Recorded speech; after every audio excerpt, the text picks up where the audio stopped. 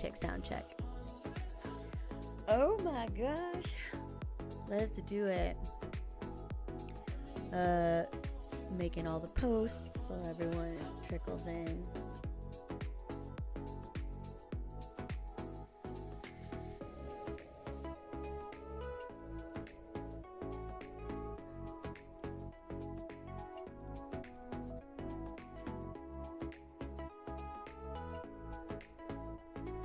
Oh my goodness, there's so many tags for TwitchCon on Twitter. Oh my goodness. I think we're gonna have a good show. I'm so giddy. I've been waiting to talk about this. Alright, let's see. I got my notes. What's up, Alti? What's up? Hello. How are you? It has been a crazy 24 hours. Hi, Lila. Hello. Oh, let's change the font on chat box. So far, everything looks good for the stream. I am just honestly waiting for YouTube and Instagram. But everything looks good so far. TikTok is also good. I really should have a checklist. That was the one thing I learned from TwitchCon that I should have, but I have not gotten it together. Does anybody know if Google Docs has a dark mode? I feel like this white background is not cutting it. It doesn't, I figured, but all right, we'll just have to make do. How is everybody? Happy Friday. Holy shit, we made it. Team dark mode on everything, right? On everything. It's like me in the 90s. Dark mode on everything. Man, I wore black all the time. Shout outs to my Fourth Wing fam wearing my Basgift War College shirt today because I felt like I was gonna get cold, but in the middle of this I'm probably gonna take this off. Oh, you're heading to bed? Oh, Lila, I'm sorry I got the stream up so late, but have a good night. I'm gonna miss you. I know. Lila dropped the first and was like, bye. So demure. Very demure. Very low key. That is my girl though. What are you on, watch streak number 6? You must be. That's my girl though. Okay. Audio sounds good, right? We all good? No issues, no clipping. We sound good, we look good. My hair is so floofy because I washed it. So we have got a floofy hair going on. All right, let's do this.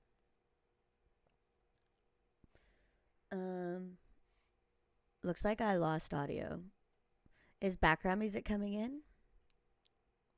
Why does it do this? It just switches to my AirPods suddenly. I don't know what does it, y'all. Sorry. It's this profile, I swear. Okay, cool. Thank you. All right, let's talk about what we're doing. I'm sorry I'm gonna blind you guys, but this is like the only way that I can show you all my notes. We are talking about TwitchCon, finally. I have all my notes here. It's so rabid. Makes no sense, but just makes sense to me. So I'm sorry for blinding you with the with the white, but I figured if y'all want to share along. I don't have any slides or anything. I did consider it. But real talk, I had an interview this morning. I am actually trying to get a certification for my PMP cert. I've been working towards this for a while now. I'm going for PMP Agile Cloud Practitioner. So I honestly didn't even have enough energy to do anything. I slept for like 20 hours. I am not even joking. I have not been able to sleep for weeks, and I needed sleep. So I just, when I was finally hit with the need to rest, I knocked out. So I didn't even have enough energy to get up and tweet or share any messages that I wasn't going to be on. Last night, I just was dead. I swear to you, I woke up at 6 p.m. from a like 1 p.m. nap, and I was like, fuck it, we're just gonna stay asleep.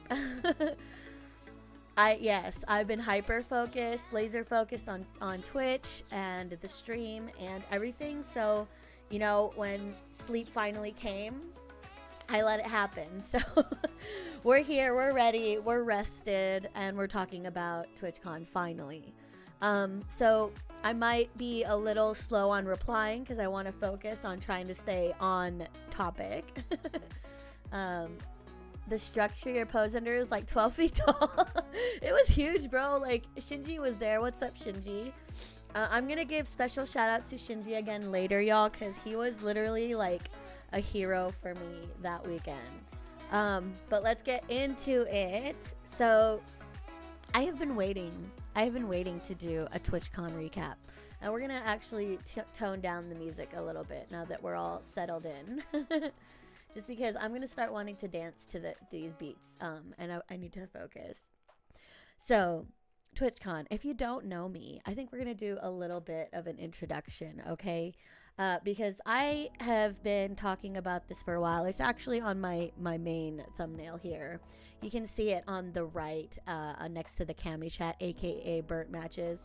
If you don't know me, I actually have been creating content since before you were born. No, I'm kidding. No, maybe I'm not I'm not exaggerating. I've been around for a while, and I actually have some pictures to prove it. This is a oh my god, YouTube just said chat is now open to everyone. That is a lie. I don't know why it always lags on that, but it's subs only on YouTube. You guys have been put on timeout. So all y'all on YouTube, I'm sorry, but we had to do subs only. But this is an old promo image of one of my first podcasts called Sex, Drugs, and Video Games. There was a meaning behind this. I didn't really talk about sex or drugs. It was the idea of the podcast was to have a place where I could share my passions, sex, addictions, drugs, and video games, which is the escape, right? Like, it's why we all play. I think we just need a little bit of a break from our lives. Well, it was sex and drugs and video games. That's true. GTA was huge back then, so I'm sure we talked about it a little bit. But I actually got my start doing shows, working doing a little bit of co-hosting for Epileptic Gaming. If you guys don't remember that, that's because you guys are probably around on the good side of the internet. Shit, I just hit my mic. I'm sorry. I learned a lot about audio, so we're going to talk about that later and what my goals are for my stream and stuff. But this is an old drawing that I did of the EG army back in the day. There was a web show I was a part of called Ep02 Gaming. I don't recommend watching it now because you'll have a very bad representation of who I am. But I was young, dude. I was like 18, 19 years old when that show came out. This is actually a screenshot that I stole off of Mac19's Flickr because I forgot we had Flickr. I forgot that was even a thing, but there were a lot of like, I don't know, gems in there. So that's me setting up my desk on Stickum, which is like, if you don't know what Stickum is, that's okay. You're probably too young for me. But this was our version of live streaming back then, okay? This was, look at that YouTube logo, by the way. It says YouTube broadcast yourself. Because back then, YouTube was about, like, before the term creators was a thing, it was about people, just you and me, regular fucking people, having an opinion about something, wanting to share it, and then having a person do video replies to it instead of comments. You could do comments, but video replies were like how you would have a thread of people's discussions. Death Sauce says, it's when streaming was invented by rubbing cables together. I mean, bro, sometimes it fucking felt like that. It felt like it felt like we were pioneering things. And I actually have a gem here. I used a website called like Wayback Archive or whatever. Bro, this was my this was my first like YouTube channel. I was such a dork. I was just figuring this out for the first time, okay? And what year is this? But I would not read the comments very carefully. I was a little rapid. 2007, okay? So I have been doing this. I've been in the game for a while now. And so coming back as a creator, I have a lot of things to say about everything. So that's who I am, and if you want to look at my LinkedIn, we can do that. But I've been in the industry since then. My first real, corporate job that I was associated with as a contractor was actually DirecTV, working for a show called the Championship Gaming Series. From then, I worked MLG, I worked BlizzCon, I worked so many different events, and that's kind of how I got my start. And the industry was doing live video production because ain't nobody was doing it back then. So here's like my LinkedIn, because I literally cannot remember all the fucking things that I've done. But I've been doing this for a long time now. Oh, all my messages. Sorry, there's nothing crazy in there. It's just me looking for a job because I'm in between jobs right now. But yeah, Global Gaming League was the first production job that I had, and I was doing this as an intern thanks to Ep02 Gaming. And from there, I kind of started working in the video production scene, live event production. So events like TwitchCon really mean something to me. It's how I got my start, and it's how I honestly like connect with other people in the industry on not through email, not through the screen. The name I recognize from outside your chat is Blackrobe. Dude, Blackrobe's still around. I've been hitting him up on Steam to try to have him join the stream. I'm trying to recruit all the old EG guys. What's up, Lucas? I see you. Sorry if I'm a little slow on replying to the chats. I'm trying to stick on topic because last time we did the CAMI chat, we literally only had 2 topics and we went on for fucking 4 hours. So I need to be able to restrict myself because I still want to stream tonight. I still have kitchen sink aloha on the brain. All right. But y'all gotta help me stay on topic. Thank you, babe. Lock in. I'm trying. I am trying. I've been so stressed out for the interview that I had this morning, which went really well, I think. I'm just trying to not think about it so much because I don't want to get stressed out. And I can't really talk about it now, but I also landed a contract week part-time role. I don't think I can. Oh, sorry, my AirPods connected again. Why does this happen? It's only when I do this setup, when I do the CAMI chat setup. So I have something in my profiles. Actually, the lack of profiles. Anyway, so that's who I am. I needed to put that disclaimer out there because everything that I talk about with I'm gonna have to update my industry veteran. And I'm also a mom and old nerd. Everything I talk about is gonna be from a perspective of someone who has made a living doing events like this in the gaming space. Okay, I'm also a mom and an old nerd. I hold people in this industry a little bit more accountable than I would anybody else, because this is the world that I'm going to be leaving to my son. He is a gamer. He loves video games. That's how we bond with him. I've talked about him being on the spectrum so many times, and sometimes he's the kid that can go out and play, and then we can chase each other and play pretend. But a lot of times he's the kid that likes to stay home, play video games, is like careful about being outside. Once he gets a scrape, like, he's done. He wants to go home. So I don't really want to hinder him from being himself. So I really try to make an effort to live in the world that he lives in, and that is fortunately for me the same world that I grew up in, right? Video games. He does play Minecraft all the time. He does play Roblox all the time, and I'm going to talk about Roblox in a little bit too, because I did see Minecraft's booth, and I actually was down for what they were doing, but the Roblox that I did see was I don't know how I feel about it. We'll reserve that for the show. So anyways, I wanted to get that out there so that you guys can understand where I'm coming from. I am not a new creator. I don't make a living off of this right yet. Eventually I might, but I actually paid, for my badge to go. I did have some opportunities lined up to possibly make some money at the event. Some of it kind of fell through. Don't really need to go into it, but I had a great time in general. So we're going to go into that. So why did I go to TwitchCon? Like I said, I've actually been streaming since 2014 as a partner. I looked back at all of my videos and I realized that, like, I've been a partner for a long time, and we didn't have affiliate programs or anything like that. You were just, if you were making money, you were just a partner. So I can understand a lot of the people who have only recently achieved this partner role and why it's a little bit different for these people. So I will comment on that a lot. But as a partner, I do want to say that made the difference between whether or not I was going to enjoy this event or not. So I haven't streamed consistently for a while. I think the last time was like right before I had my son.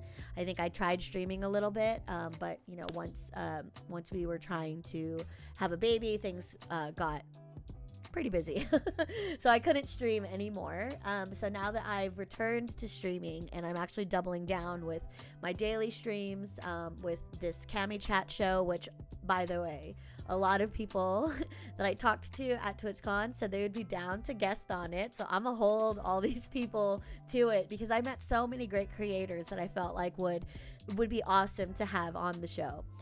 So I just needed to learn about what's out there because I'm an old fogey, dude. I don't even know sometimes people are talking about shows and stuff like that. Like, I'm not up to date with some of these. So I feel like, I'm oldest of 8, and every time I visit my younger siblings and I learn something from them, like, I feel like I'm getting like a sneak peek, like a little bit of a cheat sheet into what the cool kids are doing. And that's kind of why I went. I also was interested to see how the booths were going to be coming from a partner perspective and like someone who's been working in the industry. I've worked booths before. I've planned booths before, with marketing and sales and like how we were going to engage people going through. So I was excited. I actually was let down by a couple of them. So we're going to go into that as well. And how did I feel leading up to the con? Okay, so I was very concerned already. If you guys follow me on TikTok, you know that I had made a hot tub TikTok about one of these random thoughts that I was having in my daily soak. Which, by the way, I learned about the hot tub girls thing about on Twitch, and I didn't know that was a thing before I started posting from my hot tub. So all y'all, I was not baiting anything. I just literally go into the hot tub every morning. But I did make a TikTok about that where I was saying that wouldn't it be nice if we had an app that I could literally just, Uber a hot tub time machine. It almost felt like that. I could Uber a bodyguard for the event, because I really only was worried about once I left the venue, because I figured, I've been doing these solo trips for a while, since I was like 19, 20 years old. I've been going to events by myself. I've been staying at hotels by myself. I've gone to countries like to China, to Sweden, all on, on the work dollar for sure. But I always was by myself. And so, since this was the first time that I was not going on a staff badge, right? Like I purchased this on my own. Okay, it says partner. That's literally the only kind of special access that I had, was a partner. And so I was just worried about leaving the venue and going to wherever I was staying. At the time, I actually did not know where I was going to stay. I had an Airbnb kind of planned out that fell through. Like non-Twitch related. It was more just like my ADHD just kind of got the best of me, I guess. Sorry. So unfortunately, I lost the deposit there. That's why I don't really like booking Airbnbs. It was more because I was planning to go with someone. We were going to split the rooms. That kind of fell through because the Airbnb was shot. So it was a whole mess. So I was worried about my trip to and from the venue. This was before everything happened. This was before all the drama. This was before I even knew streamers were pulling out. I was already just concerned about that. And that's just because, I don't know, okay? That's just because I'm street smart, all right? Like, I know what my weaknesses are. Like, I'm a badass bitch when you get me in a room and I have to run an executive meeting, okay? Like, I know that. But when it comes to me having to fight somebody, like, I'm not gonna win, okay? I mean, like, I do have a knife that I use for, like, when I travel for my protection. I actually got that knife from one of my best friends because I had an incident walking my son around our neighborhood when it got dark, and I had like a really serious scare, and ever since then, he gave me this knife as a gift, and I actually travel with it all the time. So I'm not worried, right? Like, I know that I'll be okay if I had to, but I'm not going to take any risks, okay? And this is just because I have been doing this for a long time. I've been traveling and going to events for a long time, and you just cannot risk it. That's what I want to share to these young creators, whether you're a woman or you're not. Like, it doesn't matter. Like, you are traveling alone, you have a potential to run into dangerous people. Like, just be careful. Like, it doesn't hurt to always be a little bit safe, right? So I was always just already worried about it. I had posted a TikTok saying like, oh, wouldn't it be nice if we had like a bodyguard? And like, I got a lot of messages from it, and real talk, like, everyone's hearts were in a good place. Like, a lot of them that like were stupid were just the ones like, oh, you just want a boyfriend that will follow you around and while you dress up in a skimpy outfit, but you don't want the relationship or whatever. Like, people just fucking going off, or like saying like that's why you need a man. And it's like, I don't need no man to feel safe like walking to and from an event. Like, I should just feel safe doing that. But I'm being real. Like, there could be a possibility that like someone's gonna act a fool. And like, why do I think that? Well, because I've been around. Like, I know what it's like. I've been to raves where I'm dressed like super rave outfit, like skimpy, whatever, and like I would, every time I leave a rave, I know I'm leaving the vicinity of security guards. I'm leaving the vicinity of plur kids, right? There's a chance. So I like always have a jacket or something if I'm not with like a boyfriend or whatever. I'm with a group of friends. Like, if I'm just kind of roaming by myself, which I do, like, I bring a jacket, I bring like a thing to change in. So I was already worried about that, and people's comments were like kind of overall, like, some people were DMing me and they were saying like, oh, let me take you.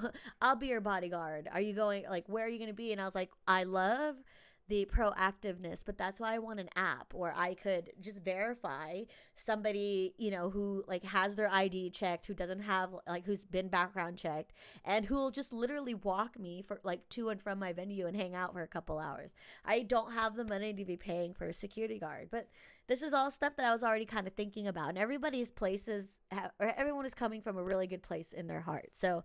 So that I wanted to mention because it's going to come around again. The other thing I was feeling leading up to the con was I was excited because I could really experience this event as a creator. I have been making content since 2007. I've been attending them professionally since the early 2010s, and I have lost the magic of these events, right? Nietzsche's saying, I promise that any of these fucks who are talking about you just want a man would get laid out of run crying when it came to actually doing bodyguard duties. I mean, like, look, here was the answer that I gave to him, right? Because there were guys who were also saying, like, you could just ask your friends, right? You can ask your friends to protect you. And I'm like, bro, I don't want my friends to be getting in a fucking fight if somebody needed to throw down. Like, that's not the point, okay? I am not trying to get my friends beat up, right? Like, if I wanted to, and the whole reason was because I have this costume that I wanted to dress up as. I don't know if I'm gonna I mean, it's very, very revealing. I won't show it. I mean, I don't know. I guess it was fine. It doesn't have a place on the show, but it's my Halloween costume, right? It's like it's a fairy costume. It's like a 2-piece. I probably show more in a bikini, so it's not that bad. But I wasn't comfortable wearing that going to the con by myself. Not only did I think like because weirdos are gonna come up to me or whatever, but because I don't have a way of saying to somebody like, no, please don't touch me. Like, especially if they were like really nice about it, like I could easily cave. I am that person where I like if you know, somebody snuck in like my radar, and they're just trying to be nice, and they're like, oh, can I like walk you to your room? Like, I'll probably just be like, sure, okay, that's fine. So I really we needed somebody who wasn't gonna fucking play, who was very serious about like making sure that I got there. And so anyways, that's bodyguards are professionals with training, and that's the thing. Like, I didn't need someone highly trained. I just needed somebody who was like willing to make sure I got to and from safely. But yes, you're right, not just warm bodies. Ulti says, yeah, like the thing you want to avoid is like an incident. You want to de-escalate, not escalate. Exactly. And I think the best way to de-escalate any potential situation is to avoid it from happening at all. So I actually, after a certain point, and I'll get to that in my list, after a certain point, I decided to not wear the costume. And I was kind of bummed about it because there were so many other people dressed up like way less revealing outfit, but they were in groups, right? They had like cameramen and they had like other people cosplaying. So I just felt like I didn't want to be by myself, you know? But yeah, I was really excited to experience it from a creator's perspective, and I got to do that. That's why I really wanted to make sure that I had all my thoughts collected, because I'm going to attack it pretty hard from that perspective. So if you're a streamer or whatever, or a small-time content creator, like this whole wrap-up is for you. I'm not going to try to comment on the drama or anything, and I'll talk about that in a second. I also was really going to miss my son. I was supposed to go on some sort of like minor family emergency trip right after, which luckily I didn't have to do right away. I have some more time for that. But I was going to miss my son, and I want to call that out because I didn't go to TwitchCon to party. I didn't go there to like do meet and greet or like meet up with anybody. I really was there to learn about the platform and how much has changed since I've been there. So there was actually a Twitch partners exclusive party that happened the night before that I probably could have made, but like I didn't want to do that, because for me this is serious work. Like, this is a real job for me. Until I get a job, I'm treating this as like my profession. And so even when I go to work these events, I do not party until the last day when we're already packed up and everything's good to go. So I was gonna miss my son so much, and when it came to being home in time for my good night call. Like my son goes to bed, his bedtime routine starts at 6 p.m. I just wanted to be home. And when I say home, like in wherever I was staying, so I can call him without like craziness happening in the background. I only really left to go hula hoop outside or to like get food. And I didn't go out or anything. And so that's coming from a perspective as a mother, going to these events. A disclaimer about the Emaru incident. Okay, a lot of people have asked me about what I feel about this, and I've said this a couple times already. I hate that this happened. It's so sad to know that it got to this extreme, but because Emaru is pressing charges, I am not going to add more to that noise because it's already pretty loud. I wasn't there. I was not a part of it. I don't work at Twitch. I don't work at any of the venues, so I don't even have like a say. So I'm not going to say anything except that like I hope that it's resolved on both sides, that Twitch learns from this. And I know they made an official statement, which I read. I read it on Twitter, and it was a pretty good statement. Everyone's saying like, oh, it's AI, but like, bitch, I use AI in my shit too, because like I am not able to articulate my thoughts very concisely when it's like, you know, something very personal, very important. So I do better verbally. But they did release a really good statement. They had me at they lost me when it was signed Dan Clancy. Like real talk, like everything was great, right? I wanted to take accountability for security. What are we doing to move forward? They called out meet and greets. They called out event safety and security, which by the way, they actually did well in my personal experience. Like they found the knife that I had in my backpack that I just forgot to take out, and they were really nice about it. I mean, they were like, what the fuck, bitch? But eventually when I explained like, look, I just forgot I had it. I always travel with it. I was supposed to leave it in the hotel room and I didn't. And they're like, all right, go bring it back and come back. So they were cool about that. IRL streaming concerns. This was a really big one. I also share. And then accessibility across the event.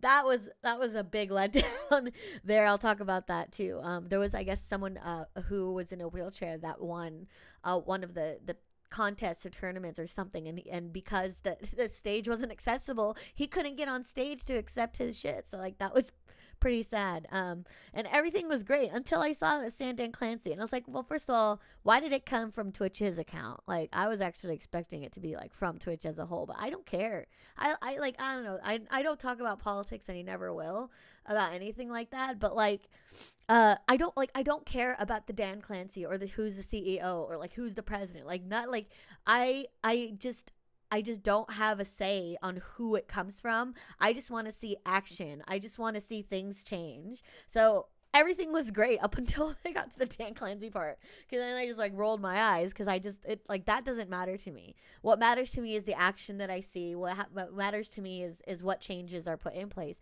And I don't even just mean from Twitch, right? And I'm going to get there too. Alti said her statement and or VOD about her experience is a good source if you want her perspective as well. He's a CEO. He's made himself the public face of Twitch, which is why. No, I know why it comes from him. But let's just say when it was his turn to play on the Yamaha Club Cabana thing, I left because it's like it's not about him. You know, like you can all point fingers at him, but there's real people to blame, and that's why I want to focus on, you know, what I have to control. Like I can't do anything about TwitchCon security, but I have my platform where I can share my experience. And I understand, like I actually watched a little bit of her VOD and her statement, and I would watch it when I'm in a better mindset, but I'm still pretty triggered about it. So I know I'll just get upset if I have to hear it from her perspective, because I feel for her. I really do. And because she's actually taking legal course of action against this guy, I just don't. It's not about like getting my facts wrong or anything. It's just like I'll wait until the dust has settled before I want to.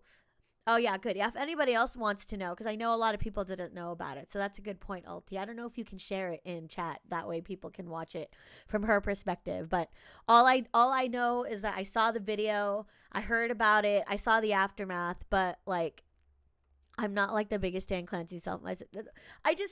and I'm not going to compare myself to Greta or anything, right? Because like I don't do half as nearly dangerous shit as this wonderful wonderful soul does. But when, you know, when she was abducted and she, or not abducted, or like held or detained, whatever it is, and then she came back and she refused to talk about the shit that happened to her, because that's what everybody kept asking, was like, what happened to you, what happened to you? And she's like, it's not about me, it's about the issue at hand, it's why I was taken in the first place. That's exactly the point that I'm trying to make, right? Like, it's like, I don't want to cloud the wires with, oh, Dan Clancy this, Dan Clancy that, because it's not about him, you know. Like yeah, he's got a responsibility to step up whatever it is they need to step up at the event. That's fine, but like he's not the issue with what would happen with her, and I'm gonna go into that later too.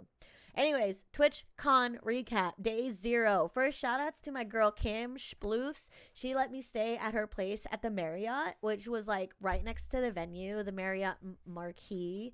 If anybody is considering going to this event, and it's held in the same place, this hotel was so great. And I know it's really expensive, so like obviously if you can't afford it or you need to split it with the room, I don't know why it's looking at these dates, December 19th to 20th. What was happening there? But this was a really wonderful hotel, and it was I felt so safe there, you guys. Like, I don't know if I talk about it enough, but I like to hula hoop at these events when I have really bad anxiety and I'm really stressed out. I like to unwind before bed by either working out at the gym, which most of the time it was closed by that time.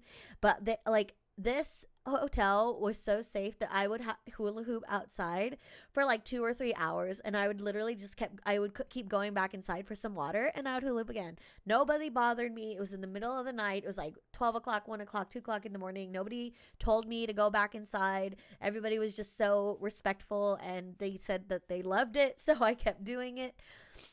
So if anyone is considering a place to stay, I would fork out the money, because this place was not only beautiful and safe to stay at, but it was right next to the venue. So when I accidentally tried to bring my knife in,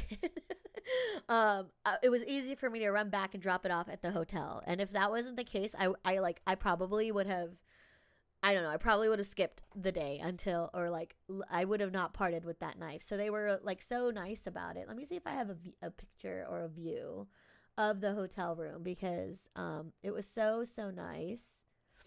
I tried to get all my pictures together, and I realized that I just didn't take very many, and that's because I wanted to be present. I didn't want to worry about you know, I didn't want to be an IRL streamer, even before I realized that was one of the problems.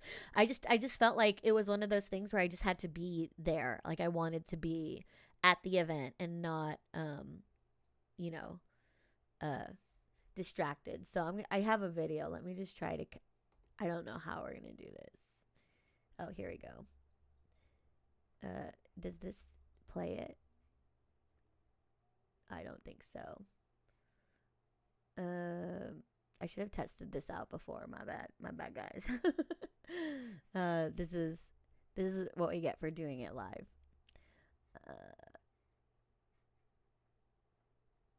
I don't know if I can do this way. No, it's only doing a picture. Sad news. We're gonna have to, how do I hide this? I should have done this before, but I wish I could show you guys. Oh wait, you know what? I posted this on my TikTok. Let's see if I can pull it up. It's just, I just don't want it to play music, and then and then it gets mad at me. Let me mute it. Mute the site, and end my profile and my stories. Oh my god, no, I'm just playing the live again. How do I get to my stories? Is there an archive? See, this is a lot easier on on Instagram. We're not going to get it. I just wish you guys could see this. Oh, let me do this. We're doing it live, y'all. See, I have this, but it's not right. It's not the right one. So I'm going to switch to this. But if all y'all see some indecent photos, I'm sorry. We're doing it fucking live. This is how much I trust everybody watching me. I mean, there's nothing like crazy bad. Glamour shot. I literally just woke up. Like, it was just a filter, you guys. It's okay. I'm gonna see if I can switch it.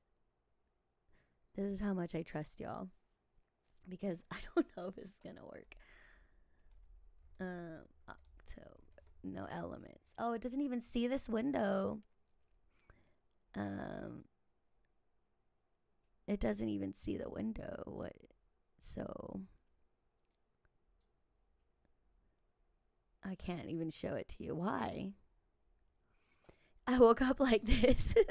That was what somebody said on the comment of that TikTok. They were like, you just woke up. Like, I did, but you know, I don't know. I don't know what's gonna happen if I show this.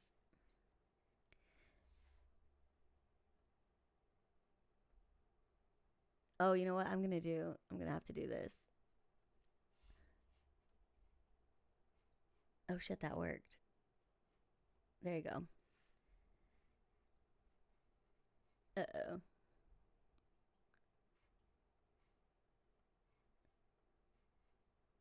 Just kidding, it didn't work. It's not moving. It's not moving. I'll try it again one more time. Okay, that looked like it worked. No. I guess this only does pictures. These are all the things I was going to show you guys. I thought they're all pictures, but none of them are playing. This is what happens. All right, I'll do one more thing, but it's going to be nasty. But I have to add source and browse. It's probably going to... Why does it say Snapchat? Oh, that was Lila's. Sorry guys, I can't show you guys this view, but it's a beautiful view. I just wish it would work. It's just not letting me. Oh, it's got music in it, so yeah, let's not do it. Okay, next time I'll figure out a way to play it with no audio, but it's not working. I do have pictures though. So that was, I think, one of the things that I wanted to call out. Was it was really nice hotel, and if you guys are considering going to TwitchCon, like, I would spring for at least any hotel in that area, because it was a really nice area. I also forgot to do shout outs to Daxter. Shout outs to Daxter and Sean Squared. There are two guys named Sean who I ran into with Kim when we were out by the hot tub. And they let me hang out at their hotel the last day because Kim had left. She didn't get to go to the last day. And I needed a place to leave my bags until I left that night. And I just met these guys at the event, and that's where I really feel like, to me, having a safe event means more than just having security. It's having safe people around you at all times. And I don't go to events where there's a lot of like shitty people, right? Like even when I would go to the most dirtiest, ghettoest rave in downtown LA, like, I know the people are going to be there, going to be legit people. So anyways, badge pickup line was really long on day one. I couldn't pick up my badge the night before, and that usually would kind of alleviate any of issues that I would have the next day, because normally I'm working these events, and the badge I would already have days before.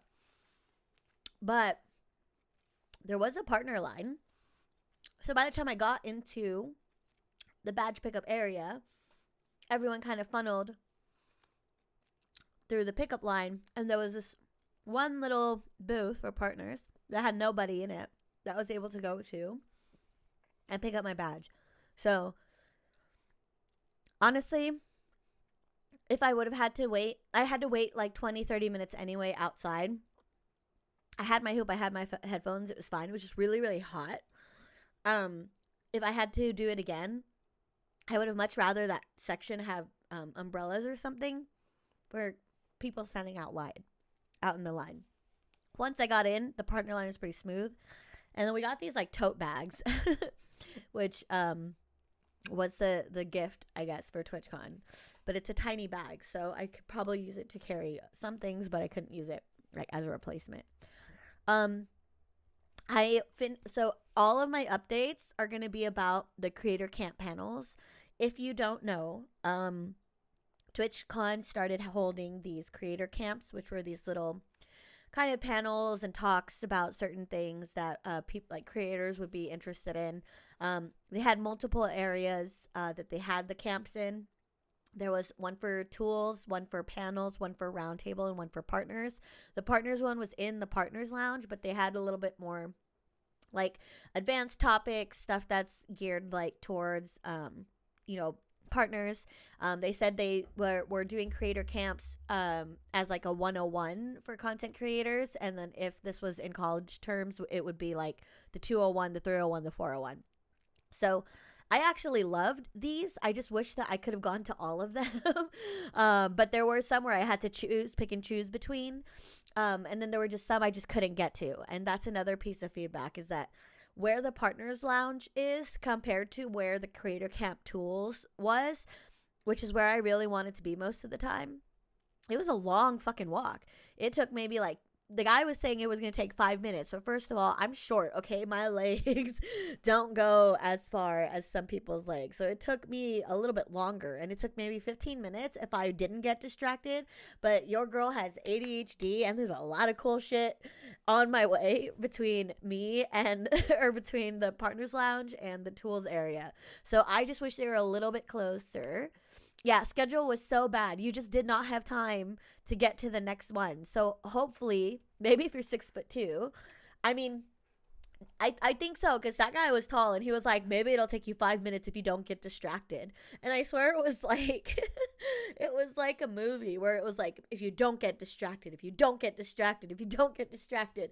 And I was like, okay, I will not get distracted. And sure enough, I got distracted every damn time. So it didn't take me 5 minutes. It took me like 15 minutes. Shinji, you're right. Schedule was so bad. We were like messaging each other, like, where are you at? Oh, I'm at this panel. Oh shit, this one just started, and this one just started. So there was no way that I could have made it all, and I would have really wanted to. So if there was any piece of feedback that I would give to TwitchCon, is to make the schedules for the creator camps just a little bit easier to get to. Even if I had 5 minutes in between, I could leave one a little bit early, because they do like Q&A at the end, and I could start heading to the other one.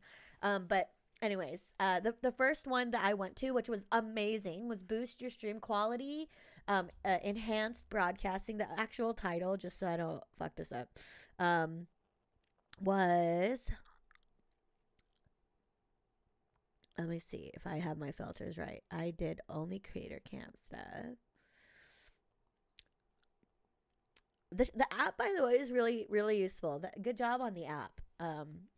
It's very helpful to have like a schedule that I could bookmark and stuff like that. I hated these little ad things in the middle. Like what?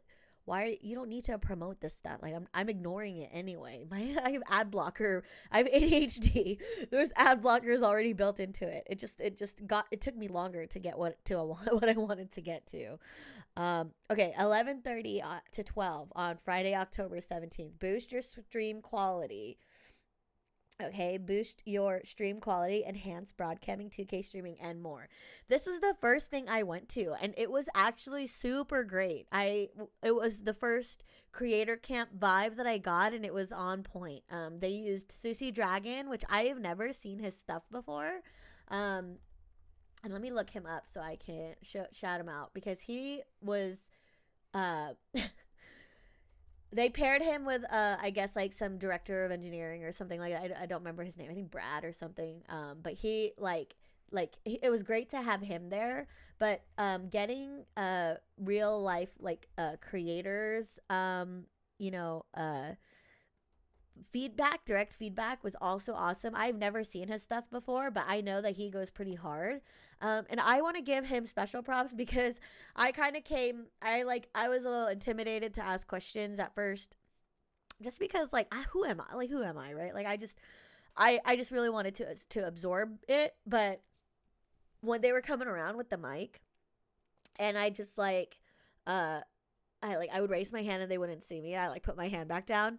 The next time that the mic was gonna come around, Sushi Dragon just looked at me and he's like, "You, the girl with the hula hoop," instead of waiting for the guy who was on the other side to give the mic to somebody else just because he couldn't see me. So he was dope. That was really sweet because I really loved the technical breakdown of what as a creator we're expecting to see with 2K streaming. I didn't even know that was something that they were looking to support across the masses. I always thought that it was just limited to some people. Because I don't know. I didn't know. But apparently they're opening that up as well as a dual output mode. So if you're watching this right now on Instagram or TikTok, and I think maybe Facebook, I don't know. It depends on the day. Or on YouTube portrait mode. I do dual output. I actually love the flexibility to do both. I'm a video nerd. My favorite thing is trying to find out how to make my stream more enjoyable no matter what platform you're on. So I'm excited that Twitch is going to be releasing a dual output feature. The question that I did actually get to ask was Twitch going to help compensate in-game UI for the vertical mode? Because they did say that it wasn't going to just be they're going to crop your camera and then crop the gameplay and smush it together. There's some sort of smartness happening behind the scenes. They didn't really divulge into that. But for me, the games that I'm playing, there's a lot of times that if I'm pushed in all the way, we can get away with gameplay. But I actually like being able to choose whether or not I push in or stay in the full 16:9 aspect ratio, because sometimes there's information around the outside of the game's UI that gets cut off if you don't have that. So I got to ask that, and the answer they gave, which was very corporate Twitch, was well, I guess it depends on the game you're playing, and you have to be cognizant of the games that you're choosing. And I was like, weak answer. But Sushi Dragon swooped in and he was like, no, I think she's actually kind of giving you a suggestion. He's like, because I think that you can put mouse tracking in it. And I was like, that's what I'm saying. I mean, I didn't really think of the mouse tracking thing, but I was thinking of more right now with OBS, what I do is I duplicate the game layer and I crop in Stardew Valley, I crop the little time calendar piece and I stick it to the right, or I stick it somewhere where it's visible on the portrait mode. If I could even have maybe not mouse tracking, but I could add a second layer that focuses on a very specific part of the gameplay, or even a hotkey shortcut Control Shift right click, and then we can zoom into where my cursor is. That would also be doable. But give me more than just it depends on what your game is. Well, it's part of enhanced broadcasting. You need to set it up in OBS. Whatever you set up and send will appear on stream. Right. Exactly. That's what I'm already doing in OBS. But what I was saying from Twitch is, if it really is smart, if there really are capabilities that they're supporting behind a dual feature,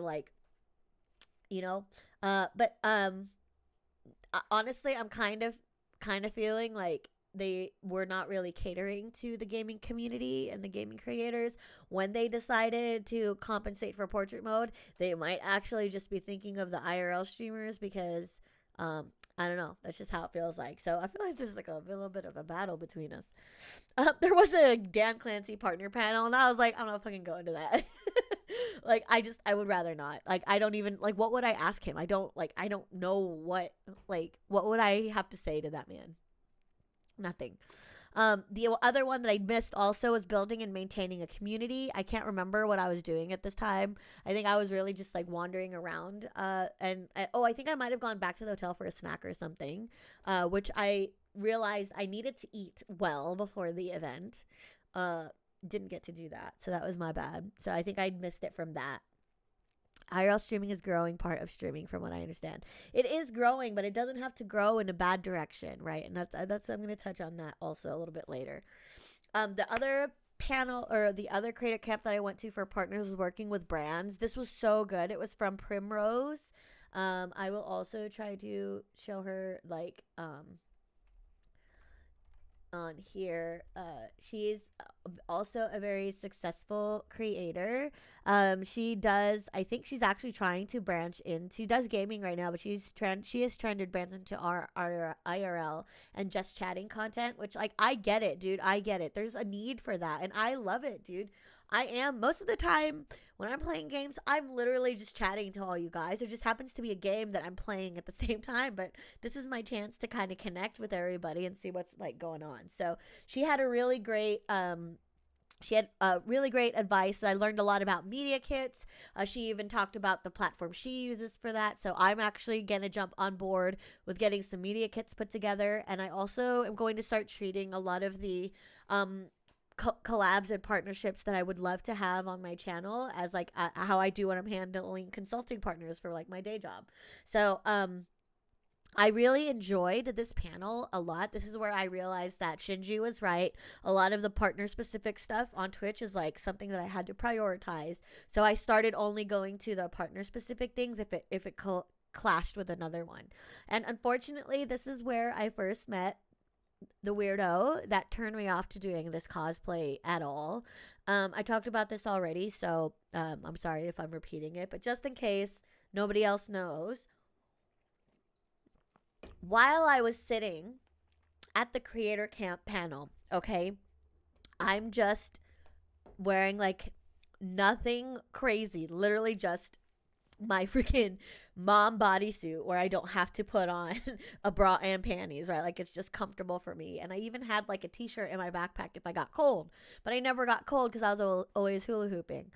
In this panel, I sat down, and right before the panel started, there was a guy who asked if they could sit next to me.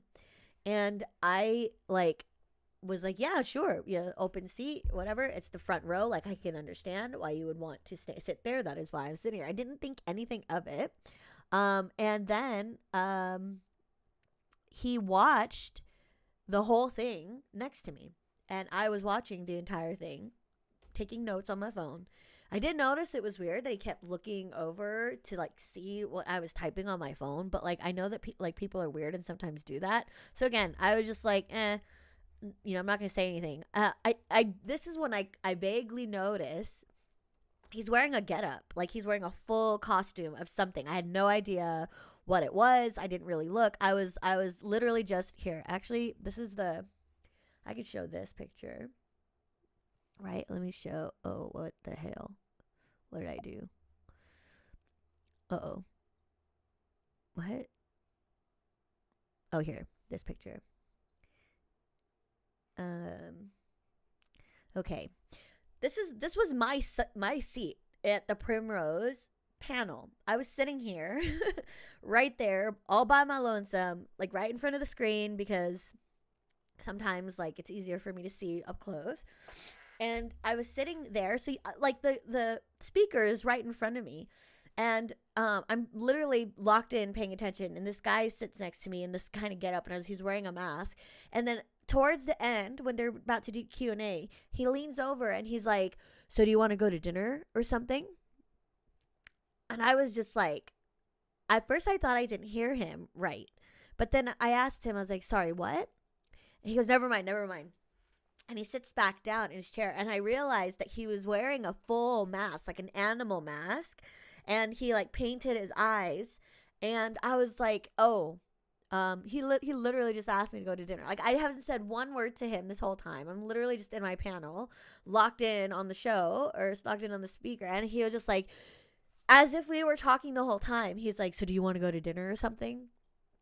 I didn't say hi, didn't even ask what I'm doing there, didn't ask for my name, just like went straight to dinner. And so when I asked him like, I'm sorry, what? He goes, never mind. He sits back. And then before I even could like get a better view at like his badge, because in my head, I'm thinking like, you can't get in here if you're not a partner. So he has to be of a partner status. And that kind of made me even more concerned, not because like, oh, this guy was being weird, but more just like we're here getting to learn some amazing, valuable things from a speaker, and like you're gonna ask me to dinner, like really weird and random. And when I turned to look, he was gone. He like disappeared. He wasn't in the back or not anywhere. And I might have to BRB for a little bit because my AirPods are gonna die, and I'd have to switch to my headset. But I also need some water, so we're gonna take like a halftime break here.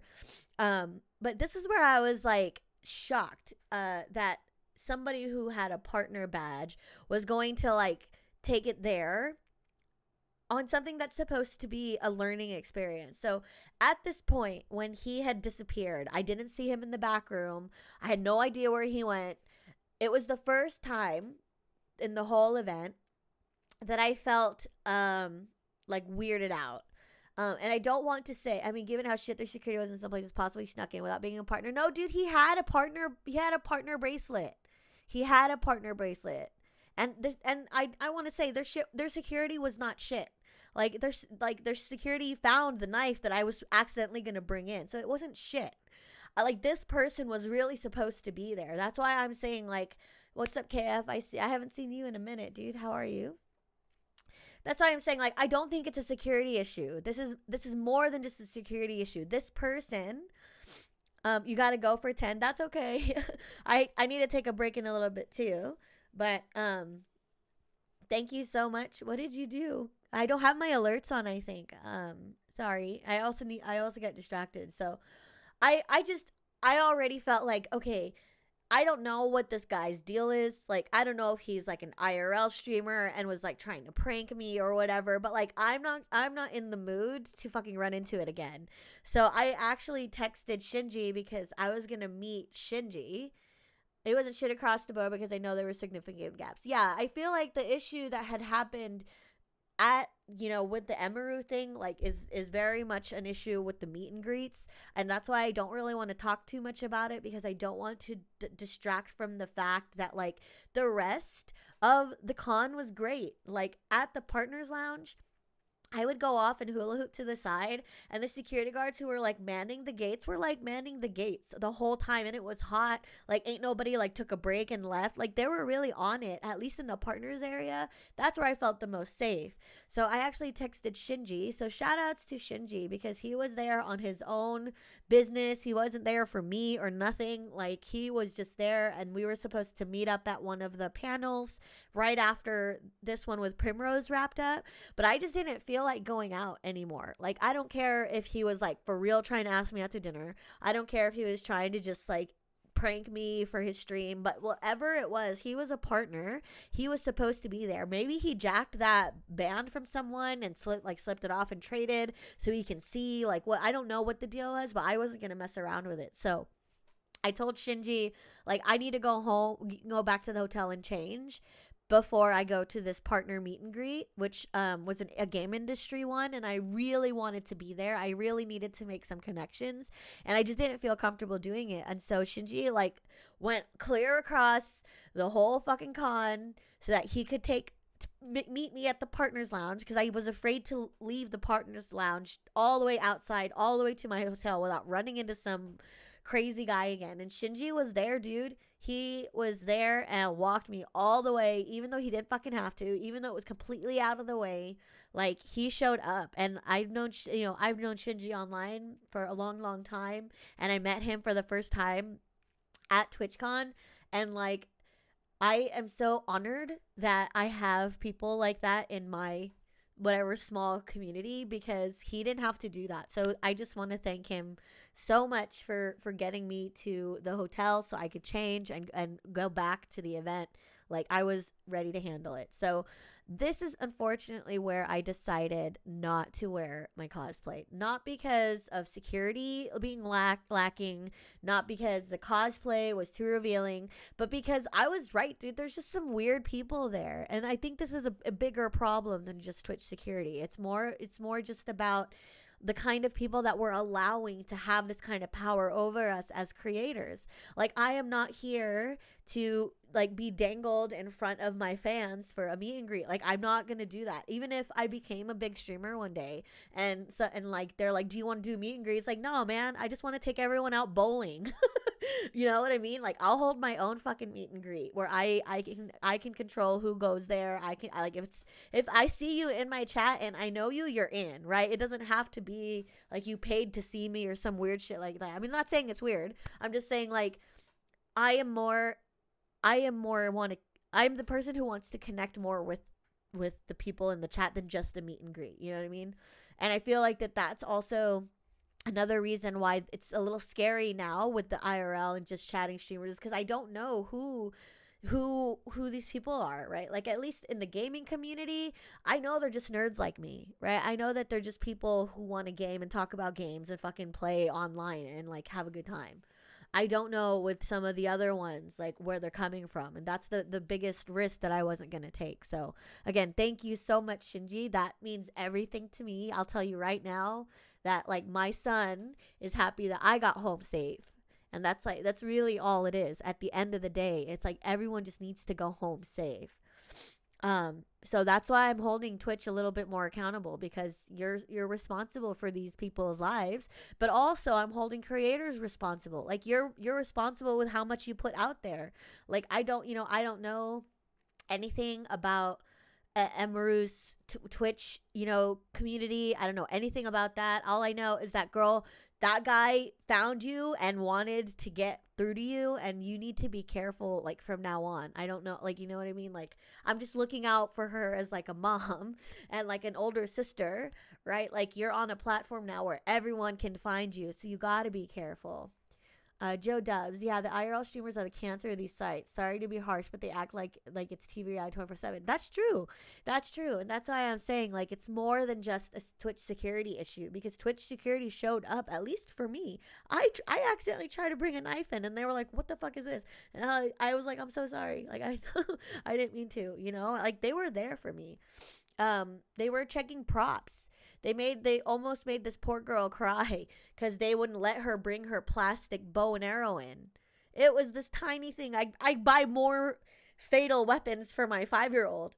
She had this cute little bow and arrow part of her costume that she had to go check in, and security was like, sorry, that's a projectile. And she's like, well, what if I take off the thread and I don't bring in the arrow? She's like, I can't let you bring it in at all. And, like, I had to thank that security guard, because I was like, I know it's shitty to be that person to say no, but, like, you're looking out for us. And that, like, I really don't want all of security at Twitch to get bashed, because they did their job, at least for me. So, shout outs to them. And going on, so the Twitch Connect game industry, I'm going to wrap up day one, and then I'm going to take a quick break, and then we're going to push on. So the Twitch Connects game industry was very, very fun. It was kind of like speed dating. I disagree. There's variants as well as some groups. Some are awful, some are cool in the same way. Some of the gamers on this site are awful, and some are cool. Like, I think the IRL streaming culture is cancer. I'll say that, Joe Dubs. Like, I don't think these IRL streamers are the cancer. They're just trying to create content. But I just feel like it's just, sometimes it's like, you're being stupid. Like, you're just acting a fool. Like, I wouldn't let my kid act like that if we were out and about, because it's just dumb. Like, there were just some people who were, like, getting on all fours and, like, blocking the entrance, like, running into people. And at some point, it's like, that stuff, like, come on. Like you have to be 18 years old to be streaming on Twitch. At least I think so. I know TikTok has an age limit. So you're an adult now. You can make really good decisions. And this is what I tell my 5-year-old, right? Was that a good choice or a bad choice, right? Like, did what you do hurt somebody else or make someone uncomfortable? Like, yeah, they're just doing it for the streams. There are no good cultures. The worst and the loudest among them give the entire group a bad name. I mean, that is why I'm actually contemplating the whole thing of what I'm doing here. The blame is on Twitch for not having better fought to discourage shit behavior, IMO. I mean, look, it's getting them views. It's getting the dollars, right? So, like, obviously it's not a good thing. And, like, instead of complaining about it, which I can do, I can sit here and just complain about it. I'm actually going to try to make a difference, right? Like, this is why I'm talking about it. It's easier to enter as you don't even need to play games and etc. And you be successful quickly when you can just go rage baiting. Exactly. Which exists already in media for at least 50 years. So shitty people become successful in the whole category. 100% Shinji. Some of these IRL streamers are just strange Latvian girls who like flowers. If you make money, don't do something, people will do it. So it's on Twitch to not pay them for being shitty. Yeah, but like, what is shitty, right? Like what is shitty? Shitty is so subjective, right? Like, I think that you're right. They should hold creators to a better standard, but sometimes it's hard to see. Sometimes, like, look at the shit that my son watches. He watches things where, like, you know, they do pranks and stuff, and it's like, okay, I don't like pranks, right? Like, I think pranks are kind of sad. That's why I don't call myself a gamer anymore. I know, like, I don't even know what I am, right? I just know that I have a platform, and I'm creating content, and there's people who are watching it, and I need to respect that, and I need to respect what I do. My thing is, we cut the cord on TV cable because there's so much slop like reality TV and what we see in content creating. All right, I'm gonna just jump into this right now, okay? Because it seems like this is what everybody wants to talk about, and I 100% agree. Okay, where am I going? Where's my picture? I don't have any. I think I had. Oh, here. This is just because the white was bothering me. Look, as a creator, okay, and I'm even gonna put the picture away, because I'm being serious right now. As a creator, I can look at all this shit all I want, and I can say, oh, it should be this way, it should be that way. I can do that. But I think that that's a waste of my time, because that's not going to solve the problem. I really believe in being the change you wish to see. So as of right now, I actually signed up on Kick because I want to see what's out there. I want to see if there's even anybody worth like streaming to. Because if there is a community out there, they just don't have anywhere to go, then like come fucking here, right? Like I'm a person who's not going to tolerate that. I'll never feed into that. I never have fed into that. Since 2007, since I've been making videos, I have never once like compromised myself so that I could get a view. That's why I even deleted the whole thing to begin with, was because I just didn't want to do it anymore. I didn't want to just respond to people wanting things from me, and that line can get very blurred. That's why I really loved the talk that Christina and Amber did. They're IRL streamers, they're just chatting streamers, and they're so amazing and they're so wholesome. This is me taking a picture next to them, but I looked like a fucking potato because they're beautiful beautiful women, but they just got married recently, so like congratulations to them. And they share their entire lives and their personalities with a really strong community, and they have backs, dude. Like they were just live, they were there for 1,000. Please send me the picture where we're all together. Oh my gosh, yes. If you don't mind, I want to show it. I was gonna show it too, but yeah, I'll just remind me later. I'll show it on stream too, because I got a picture with Shinji and two Seans, because they both saved my TwitchCon. Like I would have been like stranded if they didn't come help me. So, you know, I believe that you can do just chatting and IRL well, because look at these people. They did, like these women, like they made such a great community. I was just in their chat. They were live for like 20 minutes. They have 1,000 people chatting, and these are all women, and they all recognized me. I was just in there, and I was like, oh my gosh, I'm so glad that they got, someone gifted them a virtual reality thing, so now they're gonna get into gaming, because they've been trying to get into gaming. And I was like, VR is totally where they should go. And all of their communities was responding to me. They were like, yes, queen, like help them. So I know they know who I am. So I have to believe that it can't end here. It can't end with just like IRL and just chatting is gonna fucking ruin everything, because like I don't think so. I think if we just hold people accountable to the stuff that we're spending our money on, like you guys as the viewers, you have the power. You can easily just not watch somebody really shitty. You can easily just support other people instead. If you want, I will go hard on why I can't read this. I have to read it off here. Why people have to make decisions about ethics even when it's unclear. Who am I to decide what's shitty? Who's anyone to decide? But we have to do it anyway. Right. Yeah, you have to do it anyway, but do it well, right? Like I get everybody's anger on Twitter and everything like that, but at the same time, oh my gosh, Jellybean, you got $45 donations from the stream. Congratulations. Oh my goodness. I didn't even know you were holding donations. Sorry, that's a Jellybean from TikTok. Shout outs to Jellybean, also a wonderful creator. He was my guest on my first episode. What I will say with Twitch was that it was fun before IRL was implemented, but I am not going to rain on people's praise. If they like it, so be it. Right. And that's all I'm trying to say, right? Like, the answer isn't fuck it all, burn it down. As much as I'd love for that to be the response. I can't give up on it. My son is watching. My son's watching you guys. He's watching creators who love to play games like Roblox and shit like that. And like, I can't give up hope that this is all it's supposed to be. So I have a Kick account. I will start streaming on Kick because I don't want to believe that it's all for loss, right? Like, otherwise, what are we going to do? Where are we going to go to watch people play games? YouTube? I mean, maybe. All right, I'm going to take a quick break. I need to get a drink, and I'm going to switch my headphones. So stand by, be right back. Everybody also get a drink, and then we'll finish up my recap. Fuck, it's already been an hour. Okay, be right back.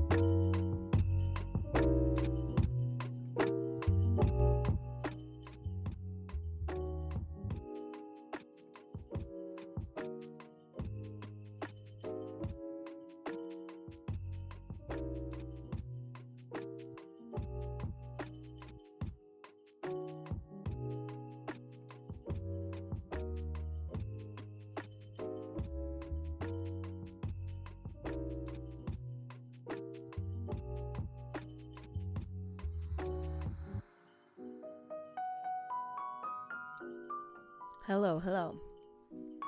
I am back.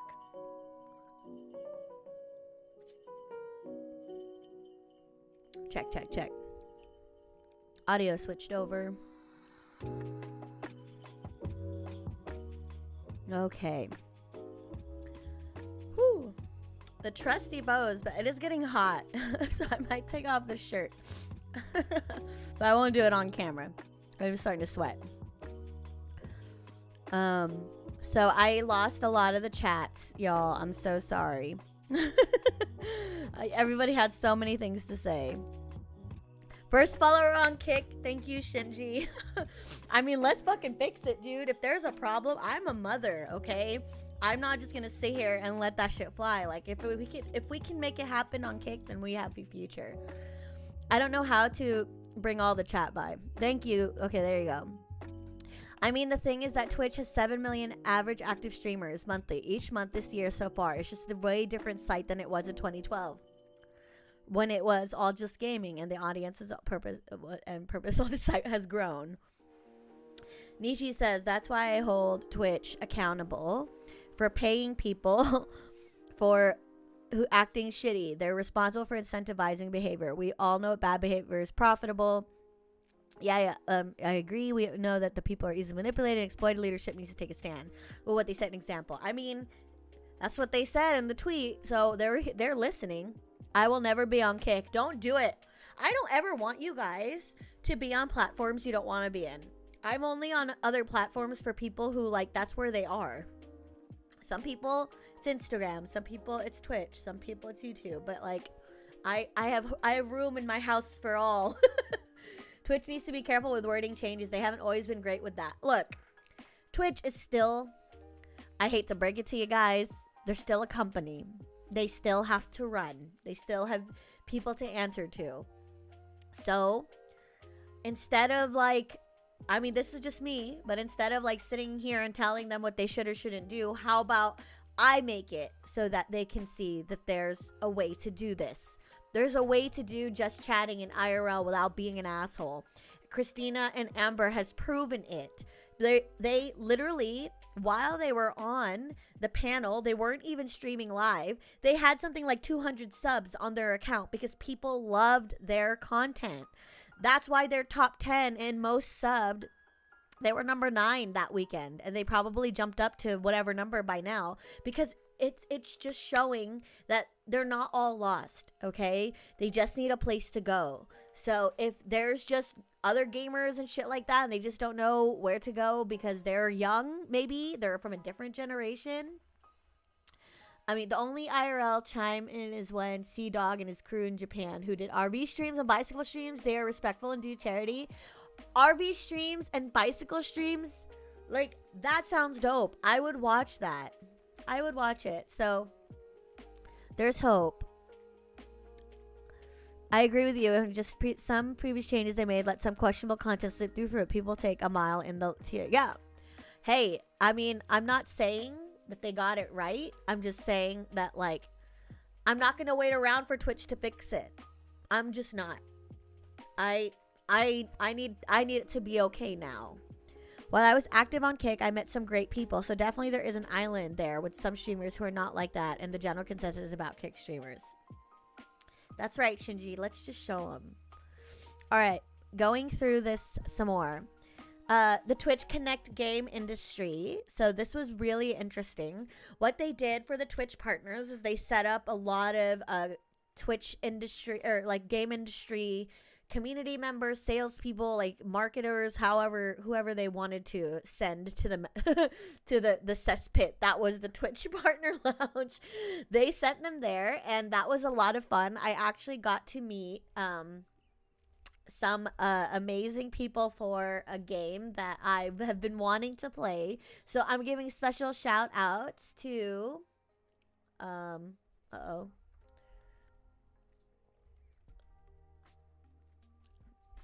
here it is. To the Sunderfolk people, okay? Because I walked around that whole thing, and honestly, I didn't get very many excited people wanting to talk to me because I probably to them was just some like Twitch streamer. But Sunderfolk, the Dreamhaven and Secret Door people did really, really well. They brought little snacks. They brought like a little spin the wheel thing, and they had swag to give away to people. I changed my lanyard when they gave me this, and I'm so sad that they don't have this on Mac, but I am actually going to try really hard to get this working on my old ass PC laptop, because I told them that if I can make content for this game, which is totally up my alley, and my cousins are actually trying to play this, so I'll have people to play with, that I would work with them. So we exchanged contacts on LinkedIn. They were really awesome to talk to. And also the Warner Brothers people that were there. I don't play any Warner Brothers games. I can't play Hogwarts Legacy, unfortunately, on my Mac. But if I can get my gaming laptop working, that would be another company that I would totally work with. So this was a really great event for partners. So I highly recommend them doing this again. I just wish it had more structure, because there were times where like we were all supposed to like move to the left or to the right or whatever at certain points, and they like nobody listened to that. Everybody just kind of stayed where they wanted to stay, and everybody was in line for the Nintendo guy. The Nintendo guy was completely all the way to the back of the door, and even when they were done doing the meet the industry people, and they were telling people to get kicked out, like they had to tell people to stop. So I mean, these guys did a really good job. Okay, hold on. There's a lot of chat happening. Let me read. Okay. They just need to ban the ones who commit crimes live on air, which is stupid, by the way, or crash Lambos into walls for content or do pranks. Yeah, I think that should be banned. I disagree. Oh, okay.